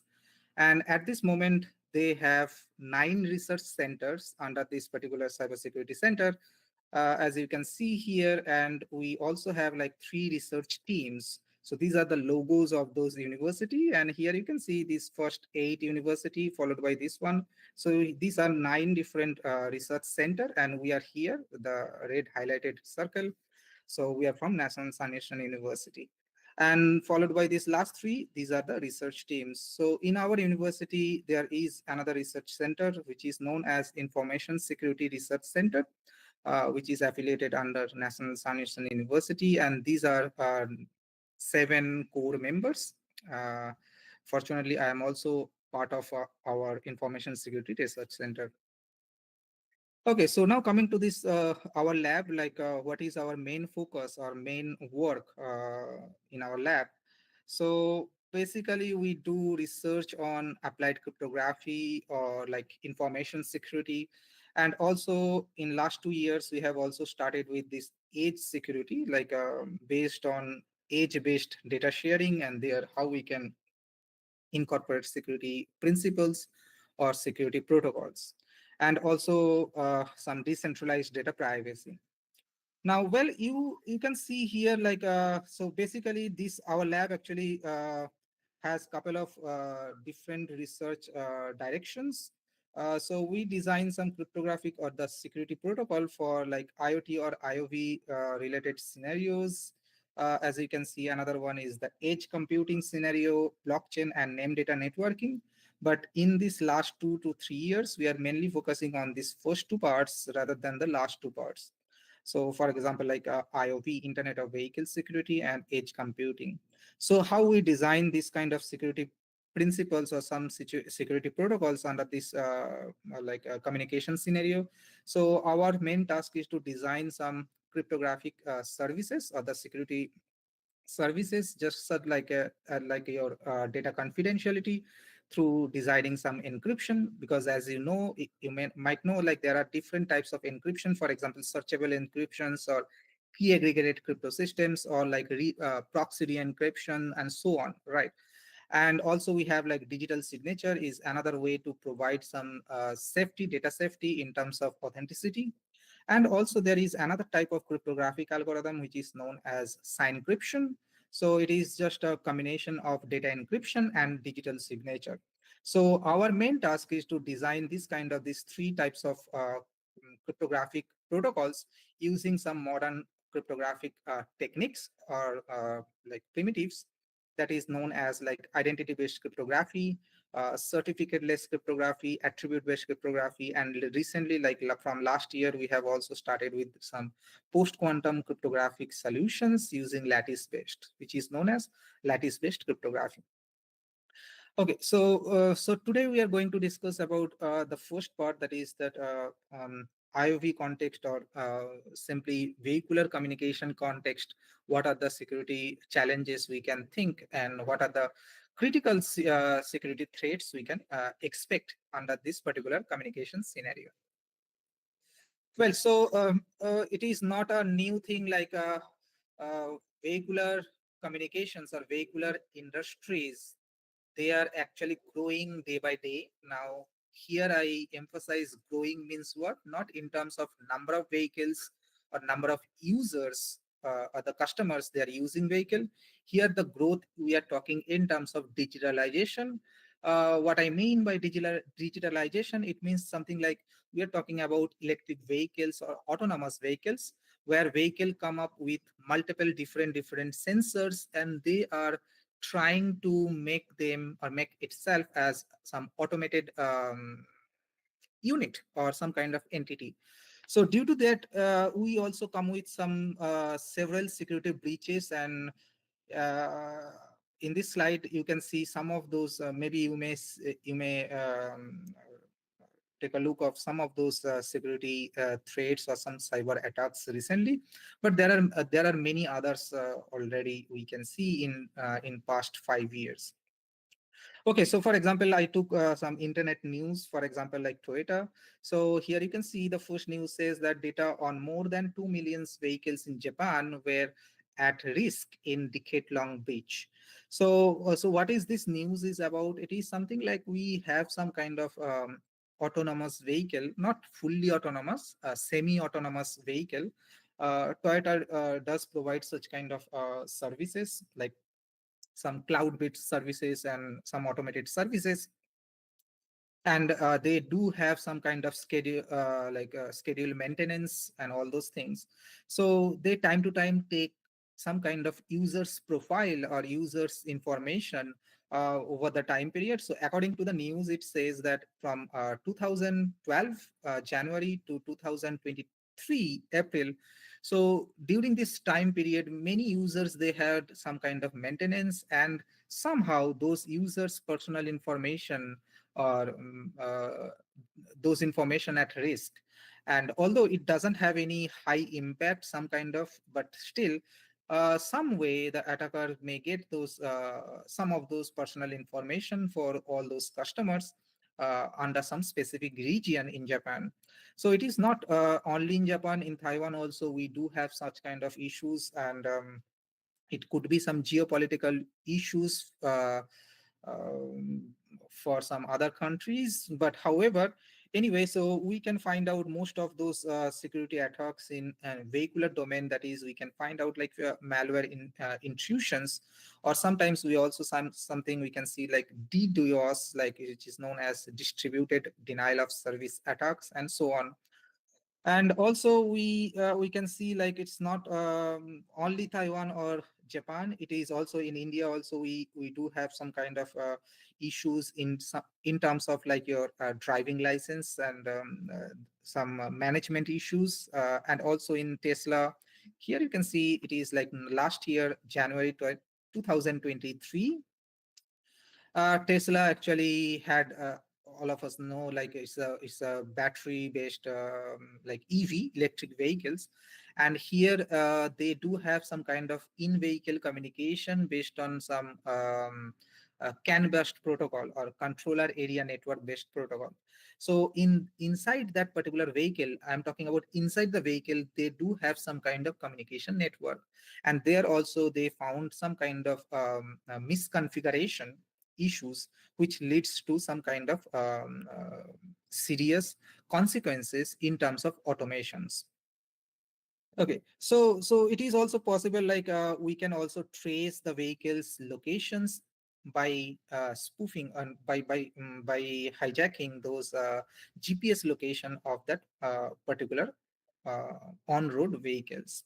So here what we observe from this slide, actually there are lots of situations actually we had, and we came across where we found like persons or the driver's information or the vehicle's actual locations, or for example here the driving license management, or for Tesla for example in vehicle security threats. So those are some of those recent news that we can find out for electric vehicle. So what is this electric vehicle stands for? So electric vehicle is going to be considered as autonomous vehicle. Although I have mentioned here automotive vehicle, it will be soon it is known as autonomous vehicle. So autonomous vehicle is nothing but some a typical vehicle which equipped with multiple sensors and multiple communication technologies. So if you see here the first figure, that is the first one. This is the key element of AVs. So there are three different components or the segments that we can configure or that we can um, observe here. The first one is that ACS, which is known as automotive control systems. The second one is the vehicle to everything or V2X. And under this V2X, since it is X, as we know that X stands for everything, it means that it is possible vehicle to vehicle communication, vehicle to RSU communications, or even vehicle to infrastructure, or it is also possible vehicle to network. So that is that X stands for. And there are different kind of different segments for this X.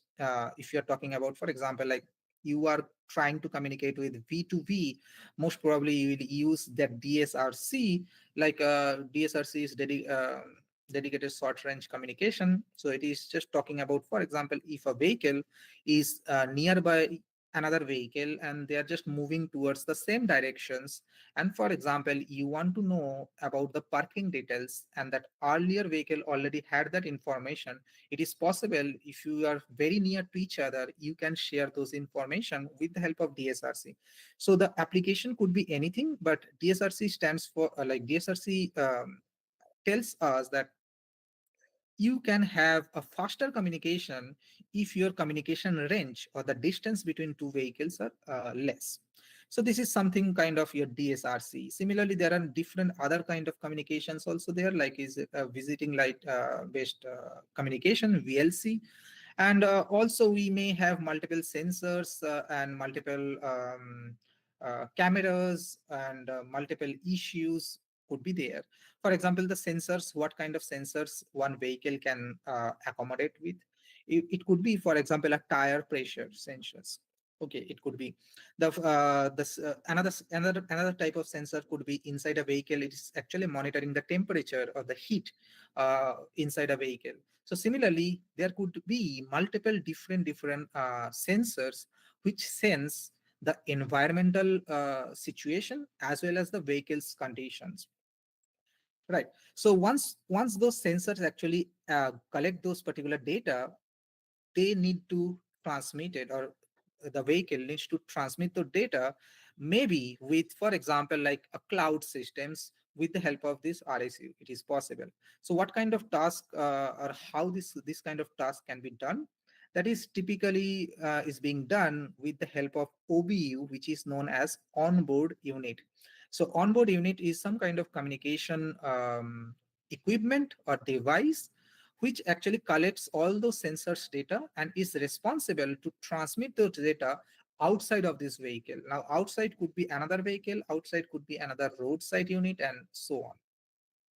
Okay, so coming to this attack categories for this AV, here we can find out several attacks based on their categories. For example, if you're talking about automotive control systems, that is ACS, so there we can find out like we have like ECUs, electronic control unit, in-vehicle network. There could be other networks. What could be other network? Could be, for example, LIN, local interconnect network. So there are many different in-vehicle network. Another one is that automotive key. Now, what is this automotive key? We'll see one solution under this segment, that is the automotive key. Okay, so another segment where the attacks maybe realistics. For example, another will be ADSC, which is known as Automotive Driving System Components. So ADSC is very, very important, which actually is the central component for deciding any kind of automotive decisions. For example, if I need to press a brake or not. Now, before to ask this question, first we have to limit uh, or we have to consider about how much autonomous we are actually talking about. What is the level? For example, if you're talking about, so there are total 5 different levels according to that SAE autonomous. Right now we are actually at this second, or in future maybe we can touch level 3 autonomous. So now under this, if we consider that one vehicle is under level 3 autonomous feature equipped vehicle, then this ADSC will be very critical. And there you can expect that, for example, like at any moment, some kind of sensor can sense some environmental aspects. For example, like uh, mm, uh, is for example, what I can say, like a slippery road. Okay, so last night it was heavy rain and road was slippery, and you are just moving, you are just driving your vehicle without considering the next, what is the next zones, that slippery road. So if a sensor can sense those kind of road conditions, it can automatically what I can say, like regulate certain kind of features. For example, like the brake functionality will be much more effective when you are on the road, specifically for the slippery road, something like that. So ADS system is very, very critical. And since this is actually the heart of this autonomous decision, so attack could be also possible, which captures the sensor's information or which manipulates the sensor information. At the same time, it is also possible, because this kind of service or autonomous services, we are actually can regulate with the mobile app. So also attackers target maybe on the mobile side or the app side. Okay, so for this V2X communication, it is also possible, like that some attack also possible under this consideration, specifically for V2R and V2C. So V2R stands for vehicle to roadside communication, and V2C is something like your infotainment or some maintenance related information exchange, vehicle to cloud communications. Okay, so in this way, there are different kind of attack categories. For example, another one is the risk assessment. And so with this, we are trying to actually have this attack tree or the pattern. And with having this pattern, we can trace that what could be the future attacks or future possibilities, so that we can actually um, um, reconfigure our security feature. Okay, so here I put some kind of a very basic overview of this V2X communication. So under this V2X communication, since the X stands for anything or everything, so here you can find out, like we have different communications. For example, V2I, V2V, V2 pedestrian, V2 network, or even V2R. So this is the RSU. And here you can see, like, for example, if you're talking about V2V, so V2V, it depends which kind of communication technologies we are using. It is possible that we can use DSRC. Also, we can use cellular-based V2X kind of communications, or like some kind of wave IEEE 802.11.p. So using wireless communication also possible. So similarly for V2P, this kind of communications also possible. And V2I is mainly talking about V2C or the cloud infrastructure, or in extended scenarios. For example, you are moving via some kind of you are changing your city. Okay, so from for example, like you are moving from very simple, like you are moving, you are changing states from West Bengal to, for example, other state. So sometimes we have some kind of tolls, right? So for example, here you can see that toll.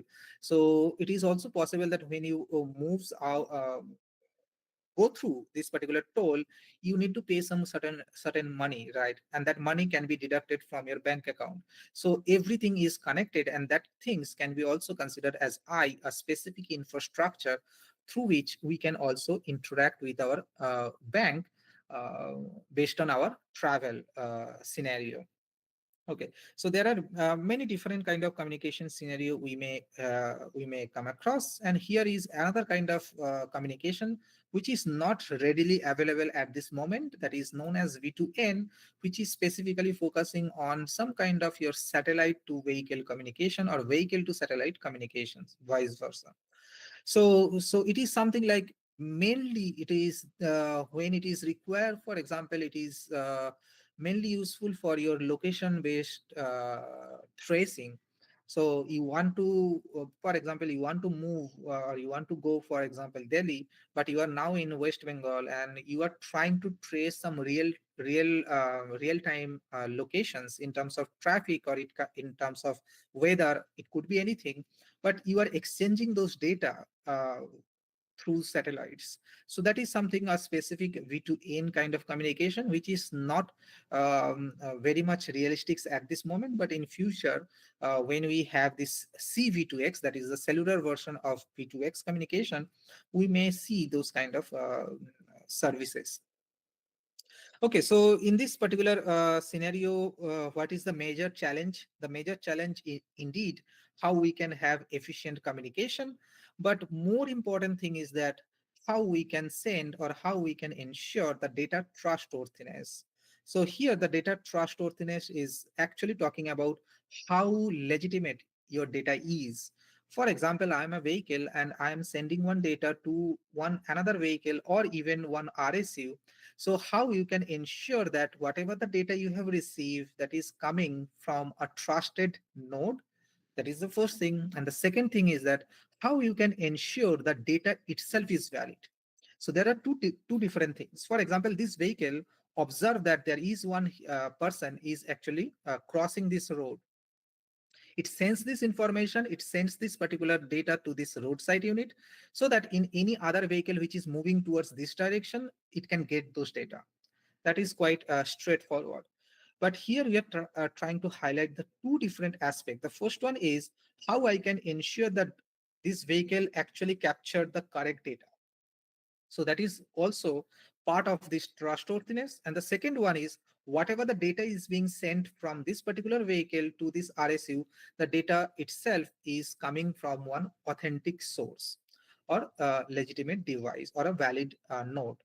Okay, so there are two different types of data verification should be there. Okay, so now if you're talking about the security's perspective or the security point of view, there are many different techniques, but here I just tried to make some very high level overview of those security concerns in this particular V2R communication scenario. Now here I make is X, but you can consider this is R, that is the roadside unit. A vehicle is sending some data to this roadside unit, and this roadside unit is spreading or broadcasting the data to all other vehicles based on this vehicle, what this vehicle is actually observed. For example, if this vehicle observed there is one accident happen over here, then it immediately send this information to this RSU so that any other vehicle nearby this area, they can get those information and maybe they can decide something else. Now, what this decision could be, the decision could be maybe changing the different road. So they will not go towards this road because there is already accident. So they will take some alternate road. So this is one kind of small services. So in this way, there could be many different services based on the real life data or the road data. Now, if you don't consider any kind of security, so these are the three different scenarios. And here you can find out like a vehicle is sending the data to this roadside unit, and a roadside unit is sending those data to the cloud systems or some kind of remote storage space. Now, if we consider that there is no such kind of security aspects, actually we adopt is security less information like infrastructure, then it is possible that vehicle is sending some kind of a very sensitive information, normal V2X message. However, this attacker is receiving this message and changing those messages. That means modify this message and forward those information to this particular RSU. What could be the example? So each and every time I'm stick with the single same example. For example, the accident. A vehicle is actually informing this roadside unit that there is one accident at this moment. For example, at 10 p.m. At this particular location, and this is the situation, something like that. And this attacker actually changed this information, right? Okay, no, there is no such record on accident or something, blah blah blah, some kind of fake information. So there is no such way for this RSU to verify whether this data is coming from a valid vehicle or from an attacker. So this is the security consequences if we don't adopt any kind of security measurement or precautions in our architecture of this V2X, or for this particular case for V2R. Now there are many different kind of communication, the security measurements are there. For example, one is known as PKI, that is a public key infrastructure. So here we are saying that, for example, each and every vehicle may come up with some kind of certificate, a digital certificate. So whenever someone is sending me data, it will also send me some kind of my certificate, this vehicle certificate, so that this roadside unit can actually validate those certificate and can believe that the data comes from one authentic source. But this kind of traditional PKI, it is known as VPKI, Vehicle Public Key Infrastructure. Under this VPKI is also there are some kind of issues, that is the much important thing or more like concern item is like delay. So what is delay here? So delay is like the certificate should not be same each and every time. So vehicle should get some pseudonym certificate each and every time, maybe after 30 minutes or after 1 hour. So whenever it is crossing some kind of it is it is under some kind of crossing, or like, yes, like crossing, it is possible that this vehicle receives some another certificate from this particular RSU for future communication. So it keeps on changing its certificate so that it can provide better safety. Now you may think about why this certificate need to be changed each and every time.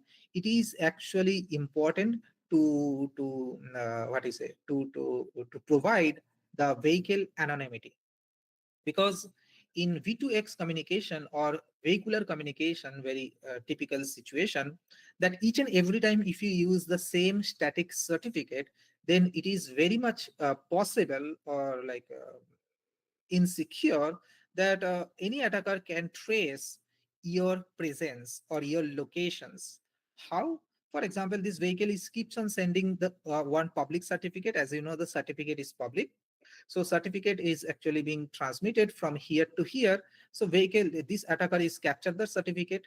After some time, this vehicle again send the same certificate, the static certificate, and it is public.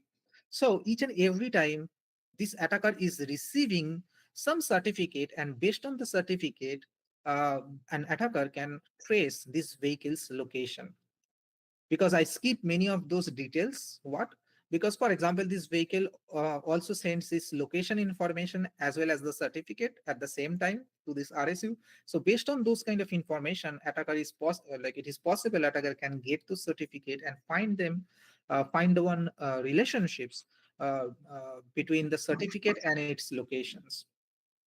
Okay, so this is the consequences of this VPKI or pseudonym certificate based kind of strategies.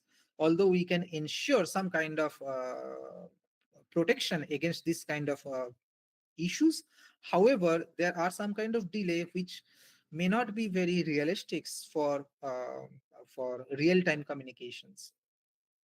And the third situation, for example, even though we have some kind of security measurement, possible that we have some kind of traffic congestion. Now, what kind of congestion it could be? For example, a vehicle is trying to send a normal V2X message to this roadside unit, and the another vehicle also try to send some kind of accident or some kind of sensitive information. Okay, which is very like some kind of emergency news. Okay, for example, one ambulance is moving towards some road. So one vehicle observed and send those information to this RSU. So it is also possible.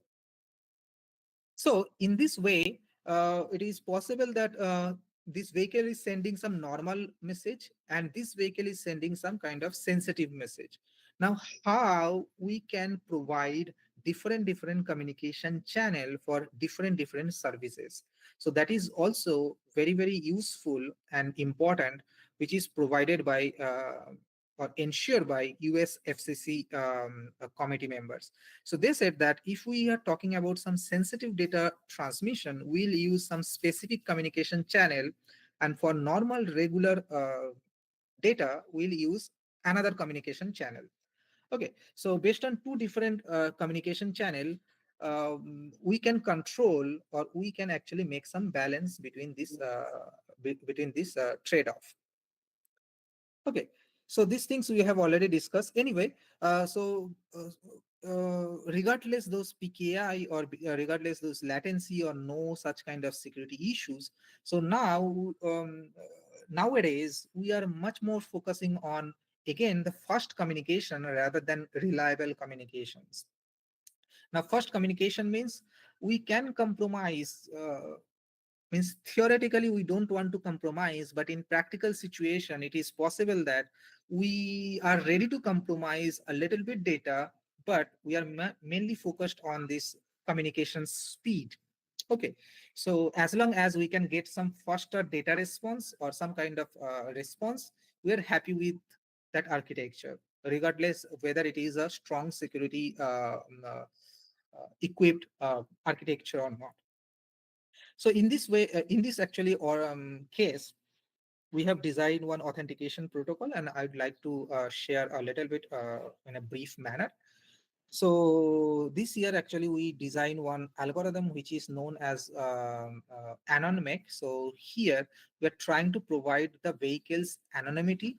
At the same time, we can also ensure authentication.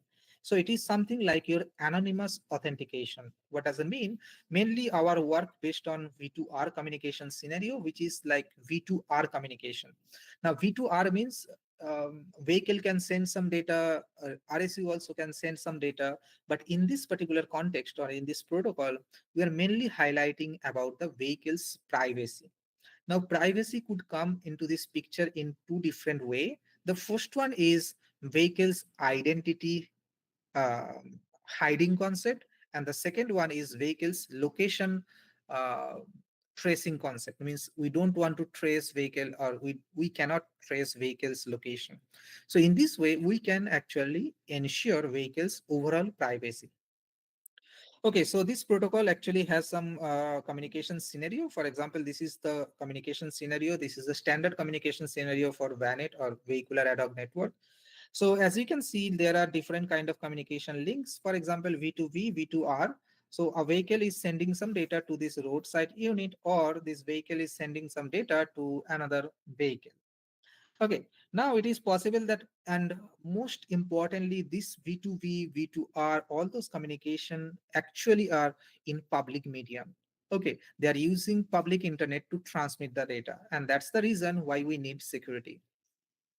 Now, it is possible attacker can capture those communication and can read those sensitive information, or can modify some sensitive information, or even can drop some packets so that it can be some misleading data. Okay, it is possible. So how we can ensure that whatever the data a vehicle is sending to this roadside unit, that will be verified, that can be identified as a valid message, and even some attacker can modify the data, RSU can actually trace or identify that modification. So what I'm talking here, for example, this vehicle is sending some data to this roadside unit, and this attacker is trying to modify the data. If yes, then this roadside unit must identify that someone has changed my this road data or this real-time data. So that assurance must be preserved in such kind of authentication protocol. And the second one is that Second feature, what we have provided, that is that RSU can collect the data from this vehicle, but RSU cannot identify this vehicle's actual identity. Okay, so what I'm saying, RSU can identify this data, RSU can authenticate the data, but RSU cannot trace this vehicle's identity. So it is somewhat known as anonymous authenticity or authentication. Okay, so this protocol actually designed based on some cryptographic primitives, and maybe some of you already know those cryptographic primitives. For example, cryptographic hash functions, which is very, very popular, and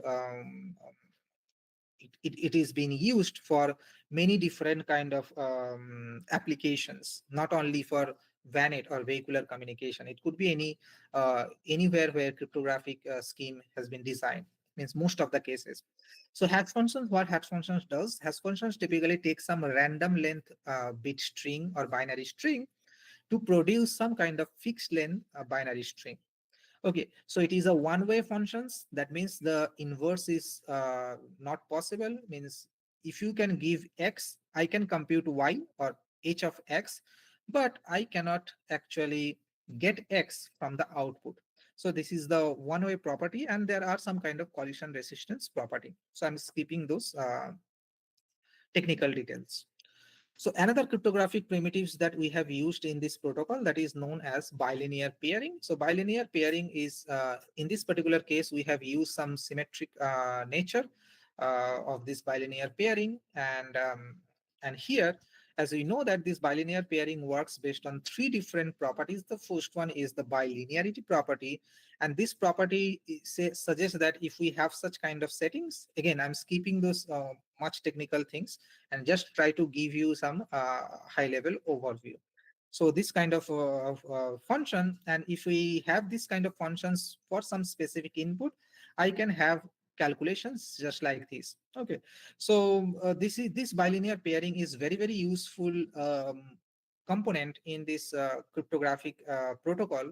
And in recent days, bilinear pairing is one of the most used cryptographic primitives that are being rapidly used to design the protocol and to provide some security as well as the computation uh, efficiency.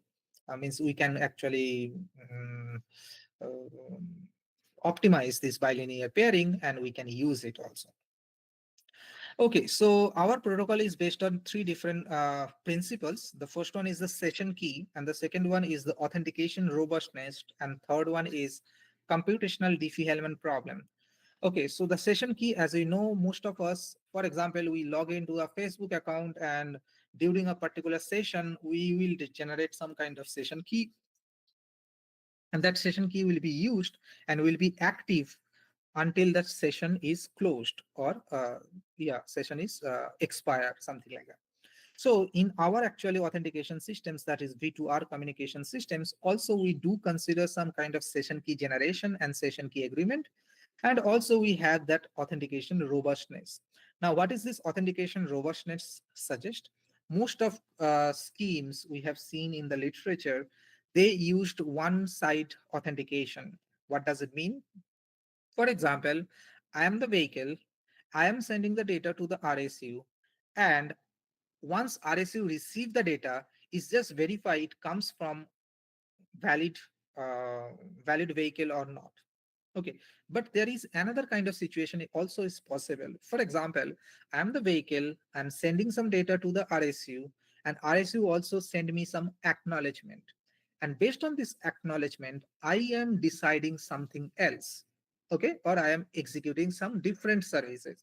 So in these cases, we should have like two-way authentication.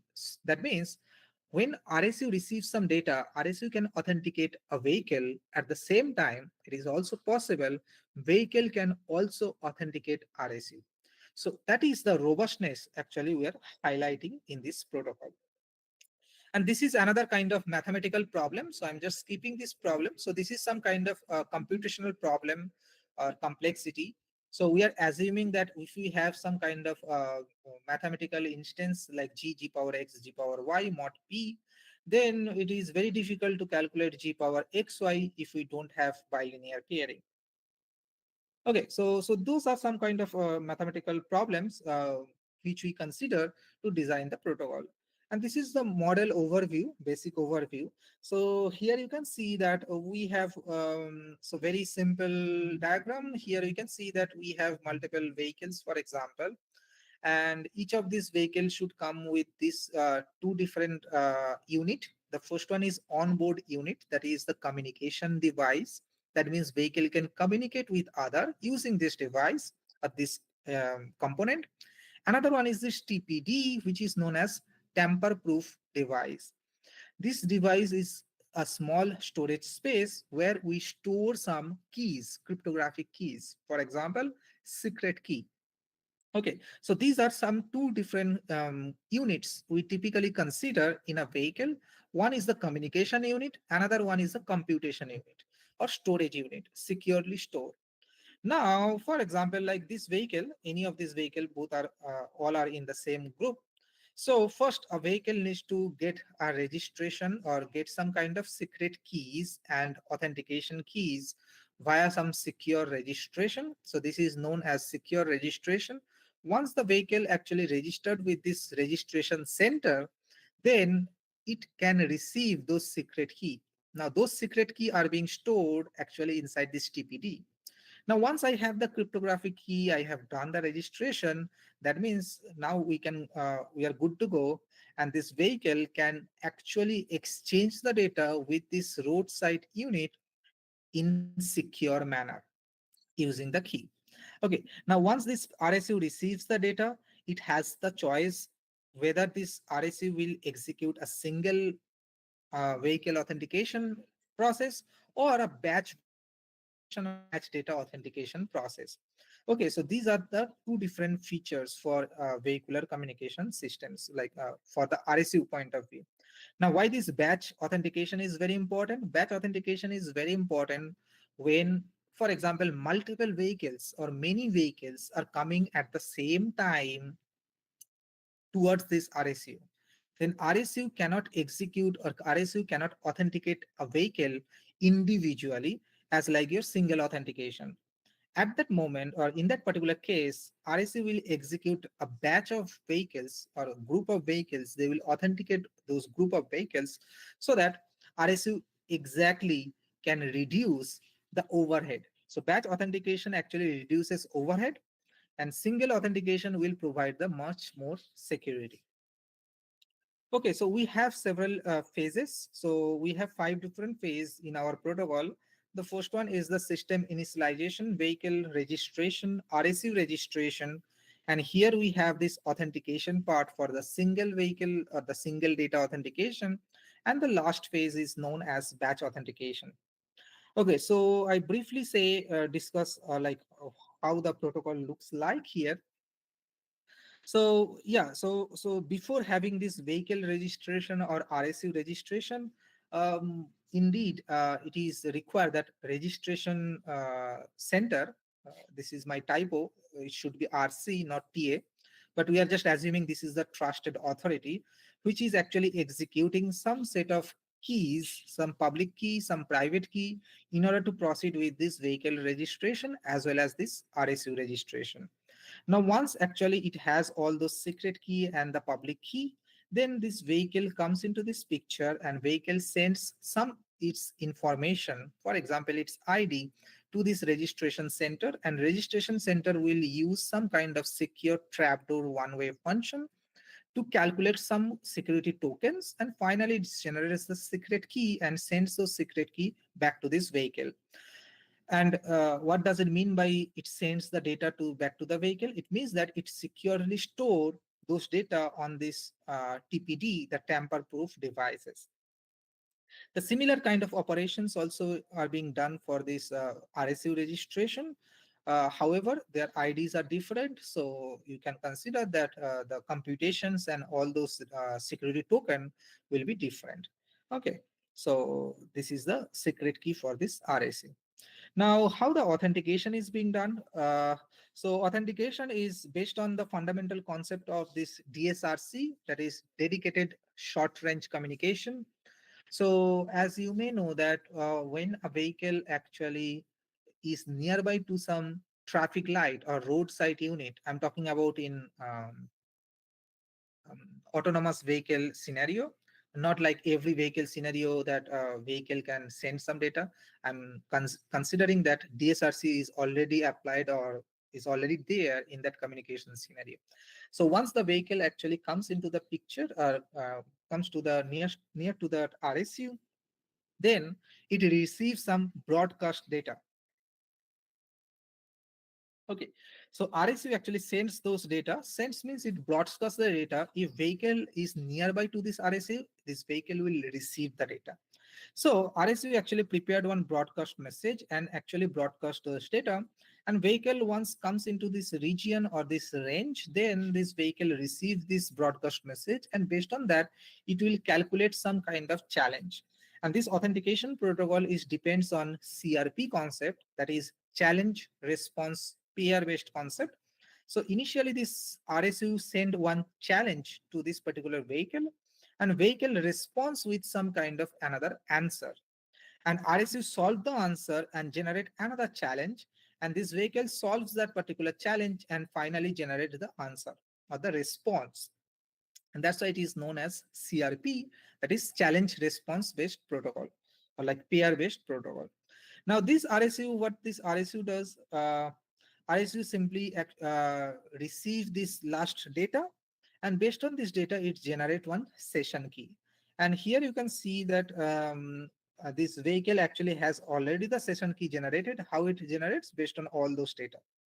And on the RSU side, also RSU can generate the same session key using some secure computation, and finally validate that vehicle or identify this vehicle as my valid vehicle.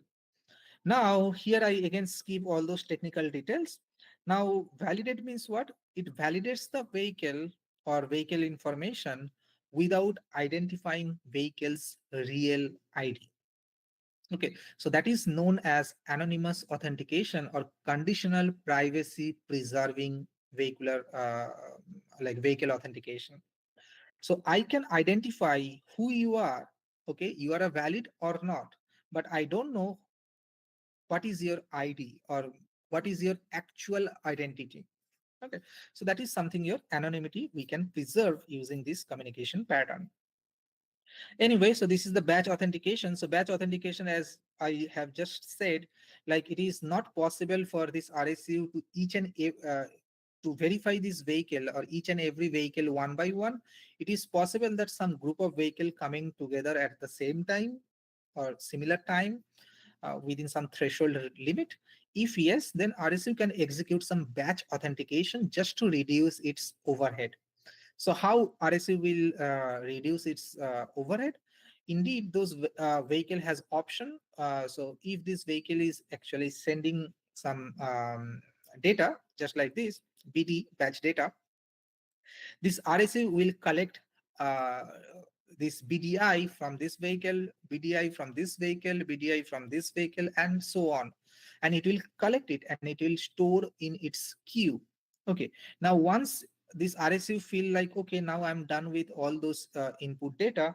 Now what RSU will do, RSU will collect, for example, it is some array of data or a set of data or a set, list of data. Now RSU will perform some kind of batch data authentication with the help of this bilinear pairing that we have just said, that is BP bilinear pairing operations. Okay, so this is the very basic overview of this anonymous protocol. And here are the security consequences or the security properties that we maintain in this authentication protocol. So this is something like we had actually 10 propositions or like 10 security feature. First of all, that is the vehicle anonymity. The second one is untraceability, which is very, very important in vehicular context.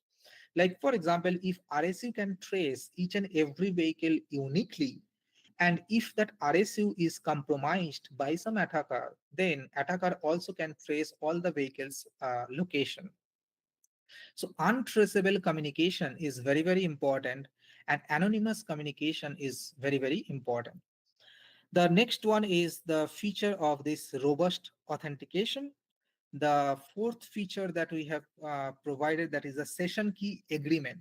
Most of, not most, some of those authentication protocol that we have seen in the literature, they have just designed the session key. They have just said, okay, this is my session key, but they did not provide that agreement.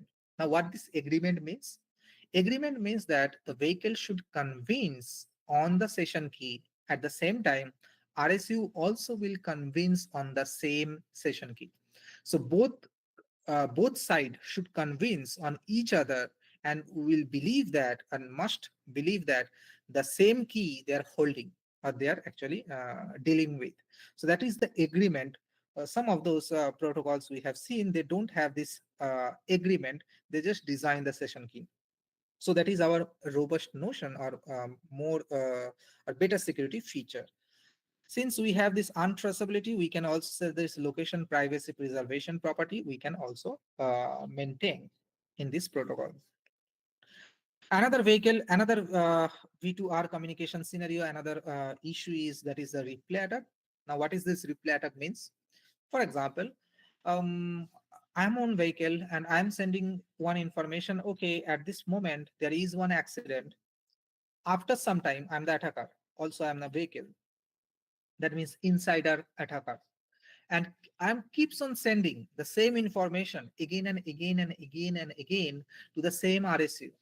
And each and every time RSU verify the data, and RSU thinks that, okay, this data is coming from one valid vehicle, so accept the data, which is known as replay. So replay stands for replay. Okay, replay means play again. Play again means you are sending the same data again and again just to compromise with communication bandwidth. That means what? That means you are actually blocking the communication for other vehicles. It is something related with some, means the worst case of this replay attack could be for DOS kind of services, like denial of services issue. Okay, so another one is that password casing attack. Similarly, vehicle privilege insider attack. This is again very, very important for insider attack. Okay, now what is this insider attack? For example, I'm the vehicle. I have the genuine key. I have the valid key. But the question is that, can I guess other vehicle's key?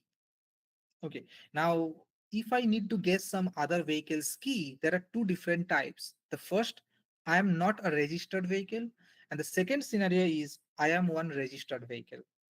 If I am not the registered vehicles, the situation is way more simple. And we can say you are not registered vehicles and you don't have any pattern of our secure communications. But when you're talking about insider vehicle or insider attacker, that means you have the secret key. You have also participated in other communication. So you know the communication pattern, and based on that, can you break the scheme? So this is much more stronger notion, and we also provide this, or we also consider this vehicle privilege insider attacker scenario. And this is another part of forward and backward secrecy property. And this is talking about how secure your key is. Like if today I compromise your key, for example, you are the vehicle, I got your key. Can I compromise your future data? Means you don't know that your key has been compromised, and somehow you block your keys after discussing with that registration center or some kind of third party server. But you block your keys, but still someone can decrypt your data using the same key. Okay, so this is somewhat is known as your forward and backward secrecy on the session key. Okay, so here again, skipping much details. So here we are talking about vehicle anonymity property. So vehicle anonymity property is this. Okay, so it is actually having, it is coming with two questions. First one is, can I identify your valid vehicle or not? If yes, then I am done with the first question. The second one is, can I identify who you are? If yes, your second question is also done. But when you're talking about vehicle anonymity, we are much more focused on traffic data rather than who you are.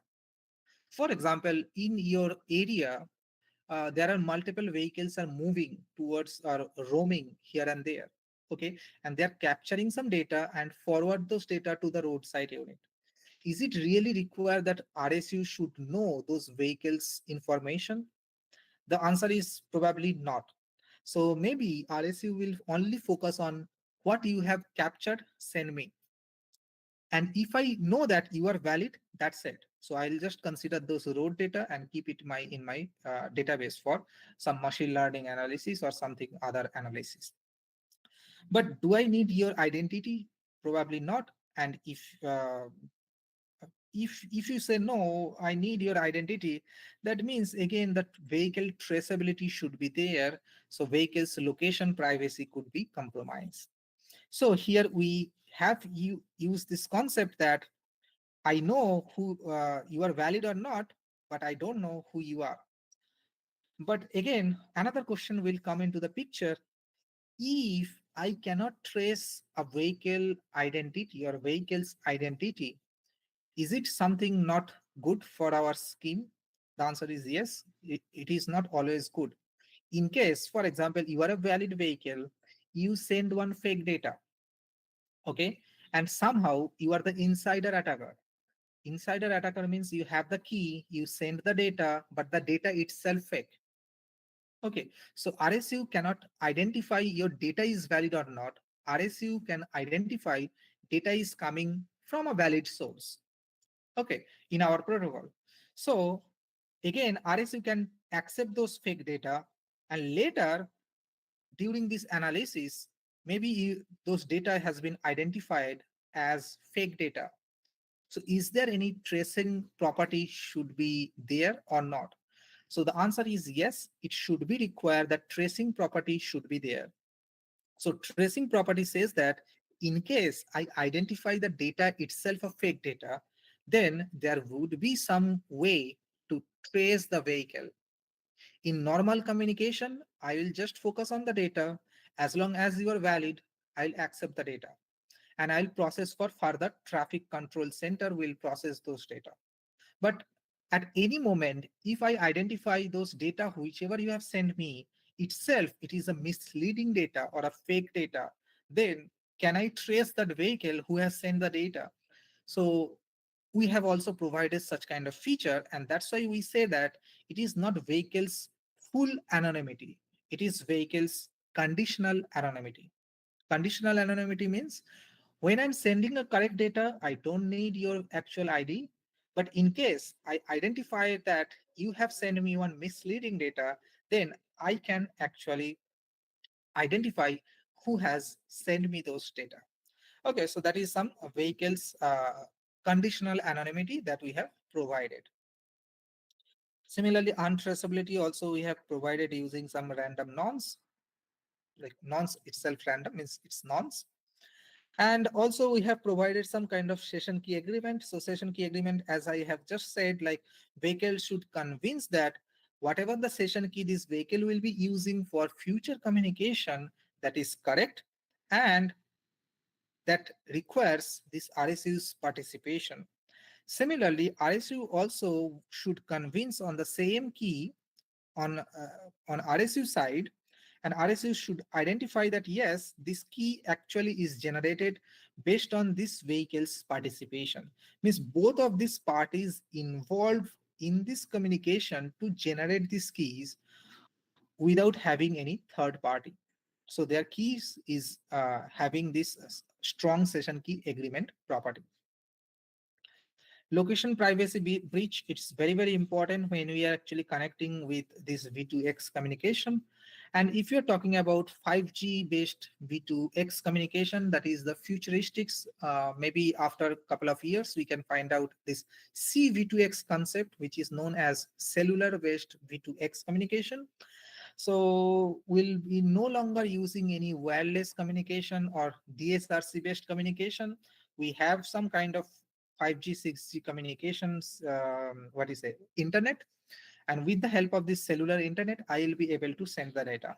Now, in that situation also, the location should be protected. That means where this vehicle is moving, at what time, it should not be traced or it cannot be traced by any attacker. So that privacy preservation, like in terms of location, also we have provided. So this is another kind of challenges in this particular vehicular communication scenario. Similarly, replay attack also is quite useful.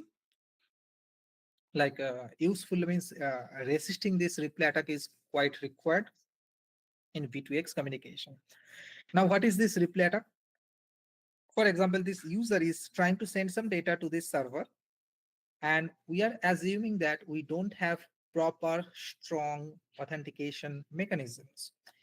If yes, we don't have, then user is sending those data. This attacker actually gets those information in this current session. Now, this session has been expired, means communication has been done. In next time or in future, now this attacker is sending the earlier session data to this server or to this roadside unit. And since we don't have any validity checking that when this data has been generated using some timestamp concept, like some timestamping concept, if we don't have, then this RSU cannot identify this attacker, that attacker's misbehavior properties. Like that data is already old, you cannot trace it. Okay, so this kind of properties should be maintained, that we should resist with replay attack. Otherwise, it's very difficult for real traffic situations, and we are only eating with communication bandwidth. We are just wasting our communication bandwidth by sending some bogus data. Okay, in this way, we have shown also some couple of other security feature. Okay, so I'm skipping those details. So here we have also designed our or implement our protocol based on different device architecture. For example, in our implementation point of view, we have considered one trusted authority as some kind of PC, and we have some roadside unit device, and also with some onboard unit device. And we use some cryptographic library to design our protocol, and which is known as Miracle, multi-precision integer and rational arithmetic cryptographic library, which is works based on C++ programming feature on the top of that. And this is some kind of screenshot of our implementation, like a code's point of view. And yeah, so I'm just skipping this part.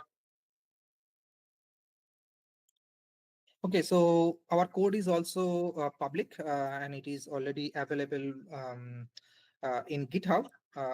Very very well-known source for coder. So yeah, anyone who is interested, they can just scan this QR code and can see the code, and also can have some kind of practice if they are interested in this particular in our protocol. Okay, so in terms of our feature comparisons, so we have also compared with couple of interesting and very well-known article from good journals, and we have shown that most of the cases. So these are some all those security features that we have just said, like replay attack, session key, strong session key agreements, some kind of impersonations, vehicle anonymity, and so on. So these are F1 to F10, 10 different features we have provided. And most of the cases we have seen that our protocol actually ensure all those features based on those computational problem that is known as DLP, discrete logarithm problem, and DBDH, that is decisional bilinear diffie-Hellman problem. Also, we compared our scheme with many different other scheme, it's not many, like a couple of other schemes in terms of different parameters. For example, in terms of security, you can see our scheme actually ensured more feature security properties. And also it has some less communications, what is this? Not communication, sorry. It is computation burden, like authentication burden, with having some less with adequate storage cost, as well as the batch authentication. So in conclusion, what we can say that overall our protocol is not taking each and every time taking the less time. but it is something like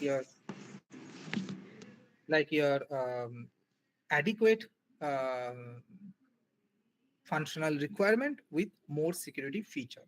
So this is one work that we have just మంచి seen. పని చేశారు Uh, అక్కడ తెలుసా rotation చేస్తామని చెప్పింది కదా అక్కడ and the next work second is bench ఉంటుంది సెకండ్ రో ఉంటుంది ఇక్కడ is first another one basket side ఇంకా ఇంకొక బంచ్ ఉంటుంది కదా which ఇక్కడ సెకండ్ రోడ్ focuses వస్తుంది కదా on ఇక్కడ థర్డ్ ఇక్కడ fourth that your in-vehicle communication. Okay, so the first work that we have said, that is V2R communication. That means vehicle can communicate with other entities. Now this is another work, but also this is published this year, which is talking about inside the vehicle. So when we have electric vehicle, that we have said, inside this vehicle there are many different kind of network, and one network is known as controller area network, CAN, which works based on the principles of SAE J1939. It is actually the standard in Japan. And under the standard, actually, we actually identified different data frame, the packets and their packets format for each and every formats. And there we just try to design some kind of security protocol using cryptography, which can actually ensure or secure against denial of service attack, that is DOS attack. Okay, so this details actually I'm skipping. So here you can find out we may have multiple these ECUs inside this vehicle. So now we are talking about inside the vehicle. Inside the vehicle, there are some kind of bus network, and we have multiple these ECUs connected with the sensors. And here we have designed some kind of authentication protocol which can resist this denial of service attack. Okay, so yeah, so this is the service issue that we can find out. And also we have discussed or we compared this scheme again with multiple security features with a couple of interesting work. And here you can see that most of the cases we got the good result. Okay, so I quickly go through the last work that is also in this year. So in this year also we had another work on this vehicular security, and here it is mostly on this key fob attack. So most of us we use like most of time we use for opening this vehicle's car door using some remote control, right? Now in future or in BMW or some kind of Tesla or any other autonomous vehicle, you can use those kind of remote. Even you can start your engine of this vehicle, right? So it is something your remote control on your in your pocket, through which you can control the vehicle. So there is one kind of attack which is known as roll jam attack, which works based on the feature of jamming attack. So it just copy the signal and send the signal later. For example, I park my car. When I press the button, this attacker actually copy the signal. When I go out from this area, that attacker actually send the same signal to the vehicle to unlock the vehicle. Okay, so this is the concept of is known as roll jam attack, which actually is very sensitive for recent days. Works under this remote keyless entry system, which is known as RKE system. So in this actually part, we have used some kind of hardware functions to design cryptographic protocol using again we enhance its security feature using some part of machine learning algorithms. And here these are some kind of some lab devices that we have used to consider this remote control. So this is my remote control and this is the vehicle's OBU.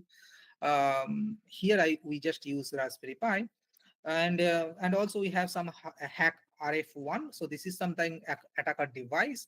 So attacker is copying the signal when you are sending the signal from here to here, and later this device is sending the device again back to this signal back to this particular vehicle. So can we resist such kind of attack or such kind of issues? Yes, the answer is yes, it is possible. So using that hardware feature, actually we enhance the security properties of those key fob. So this key is known as key fob, vehicle's key fob. And here we have estimated the time that if we use the hardware circuit to improve the security, we took like 1.3 seconds for accessing those security features. But if we use some machine learning added with this authentication, it actually takes a lots of time. And if we use some timestamp added with this machine learning and authentication, it is little more time.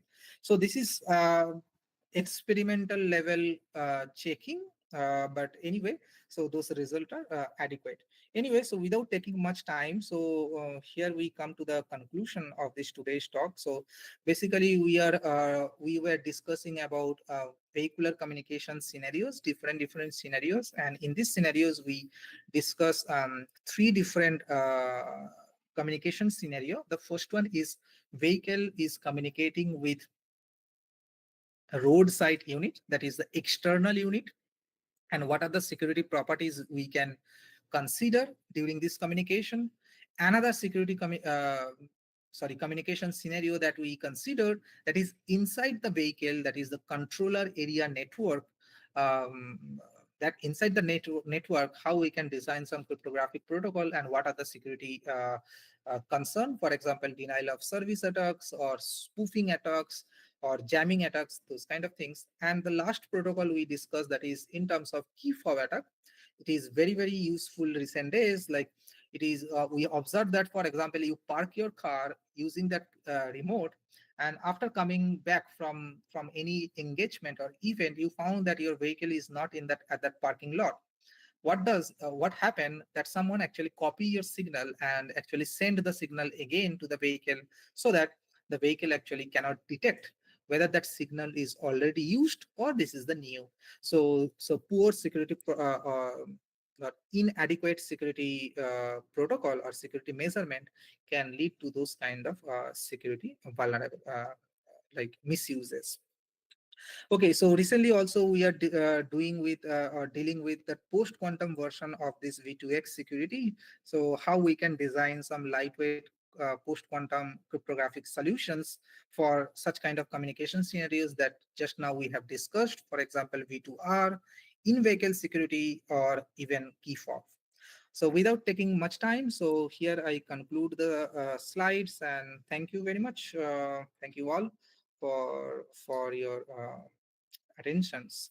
So if you have any questions, maybe I'd be happy to answer, or you can also drop some email to me if you are interested to know more about our work. So my email ID is arijit.karathi at the rate mail like mail dot csc dot nsysu dot edu dot tw. Okay, so thank you very much. Yeah, so now if you have any queries, you can we may have some further discussions.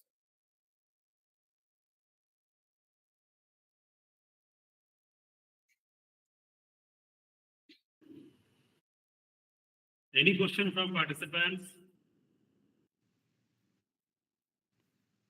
Hello, sir. Hello, Good evening, sir. good evening. Sir, there are so many libraries like a Miracle or Python-based library. What is the difference between those? Okay, so that is very actually good questions for all type of participants or like practitioner. So the thing is that it depends on which kind of programming languages actually you are working on. So if you're talking about, for example, C-based programming languages, then you can use PBC, pairing-based cryptography, to implement any cryptographic solutions. So since our research focus is cryptographic design, so we are only talking about the library through which we can design cryptographic protocol. Okay, not the network security protocol. So if you're talking about C, that is, you can use PBC. If you're talking about C++ that we had used in that one work, then you can use Miracle. Similarly, for Python, you can use some other libraries, or if you're talking about Java, so many people also would like to use some Java-based simulation, then you can use JPBC, which is known as Java Pairing-Based Cryptography. So mostly all those cryptographic libraries are readily available, like it is free of cost. So anyone can take the advantage to design their protocol. So there is no such hard and fast rule for using some specific library just to show your scheme is secure. So your scheme is secure or not, that you have to analyze it. And you can implement just to tell that your program or your protocol takes how much time to ensure, sorry, to ensure the data is valid or not.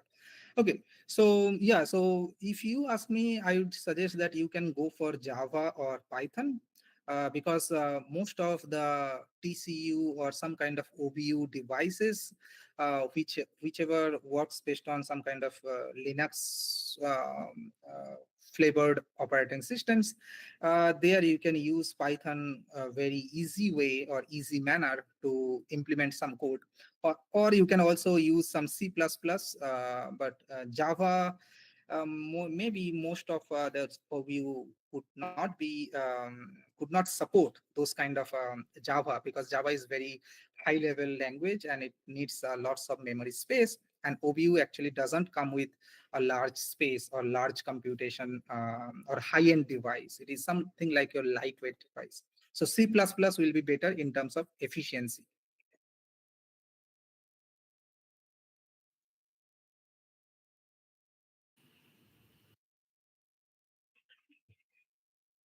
Any other question? Any other question from participants?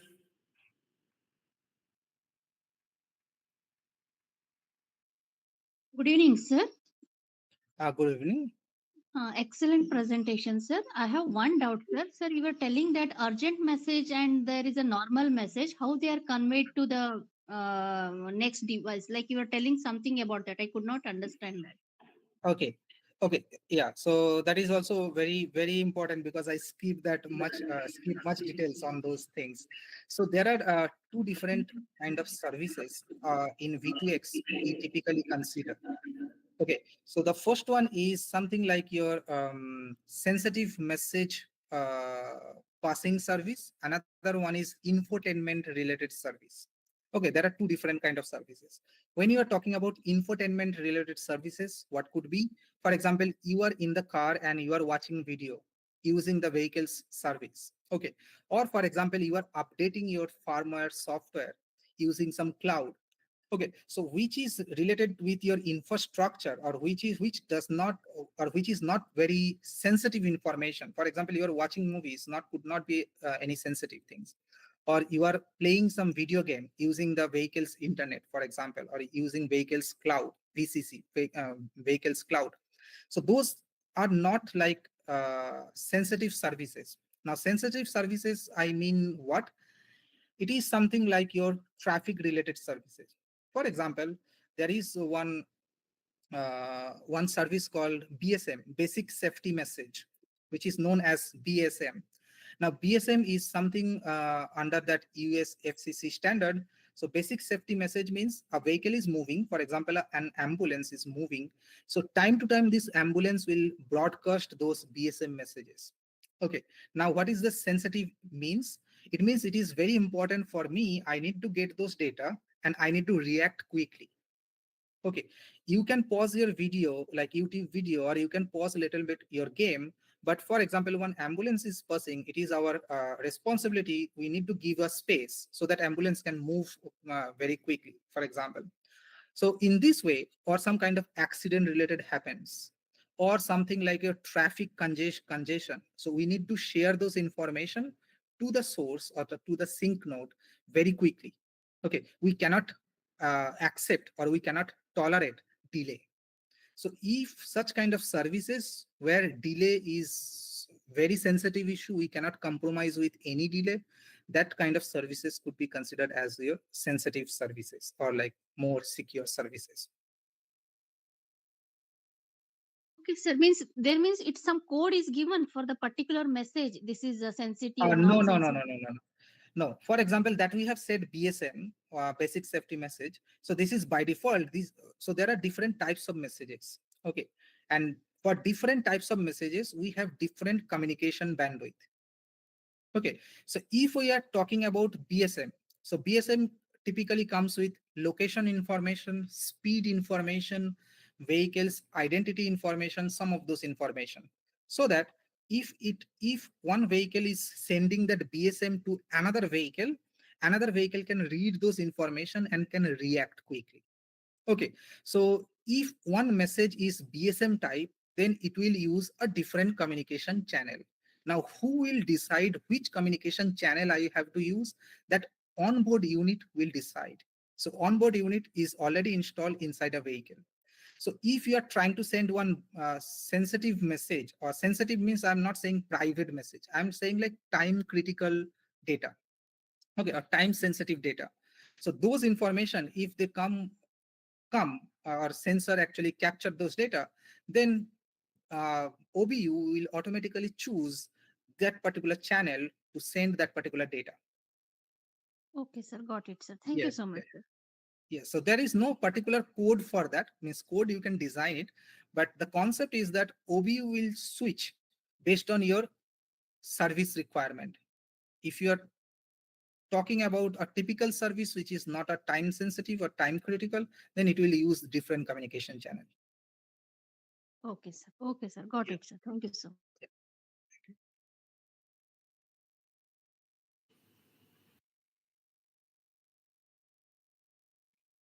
Okay, any other question from participants?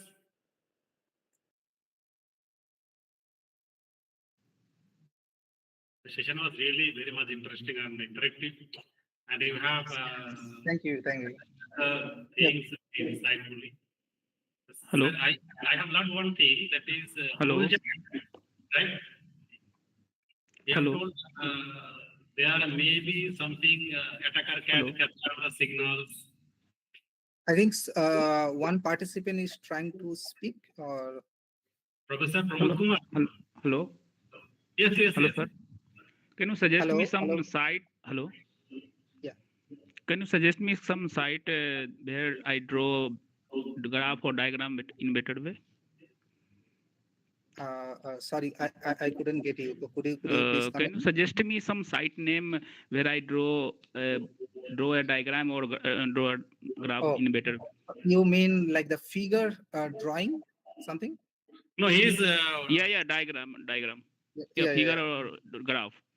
Yeah, so actually there are many open sources, but for my PPT, actually I use different kind of tool, something like a licensed version, which is known as eDraw Max.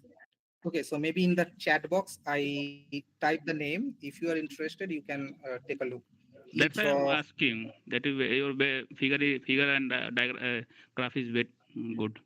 Yeah, so this is one licensed version. So they do come up with many different kind of suggestions and feature. Okay, thank you. Thank you. Okay, Dr. Karati.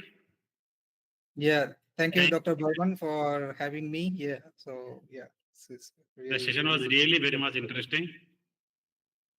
Yeah. I have one question regarding role jag attack. You have mentioned role jag attack. Is it similar to side channel attack or like this?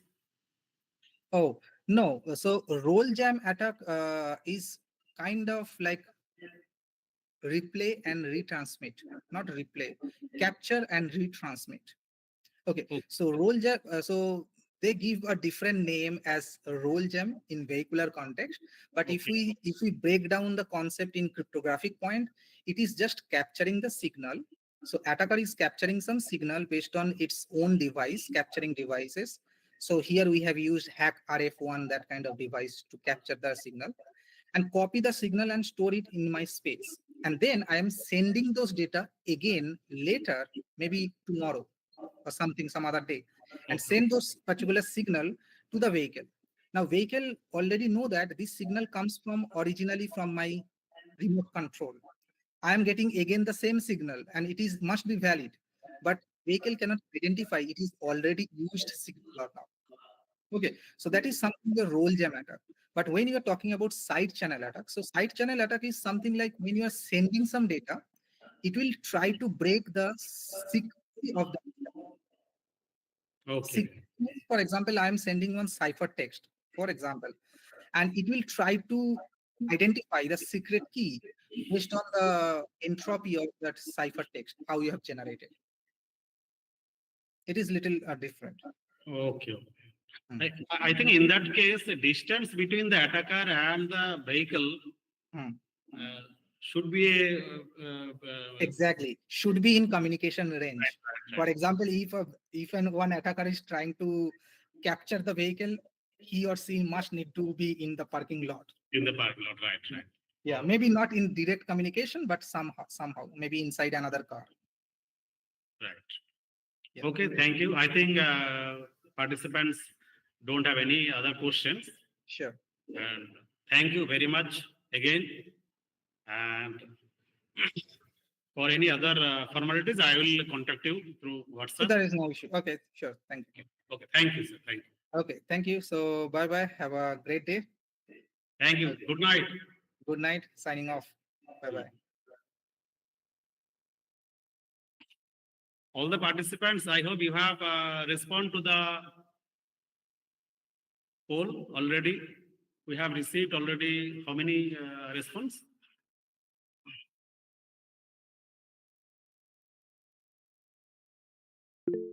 We have already received 136 response. Okay. Few more response should be there.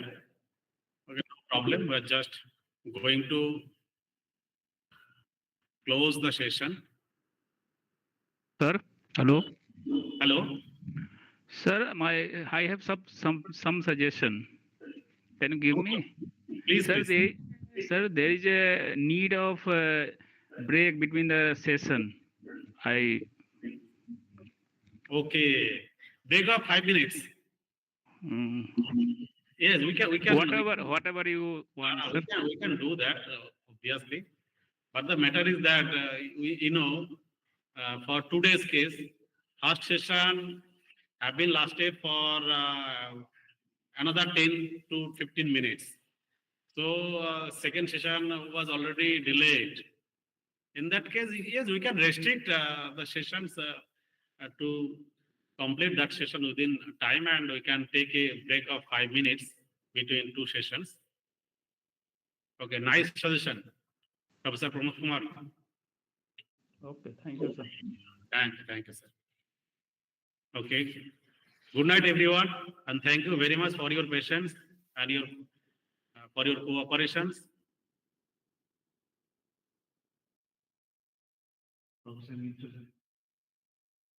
We will meet again tomorrow from 6 p.m.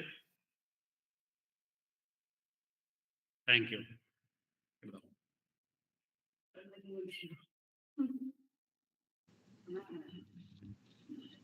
Sir,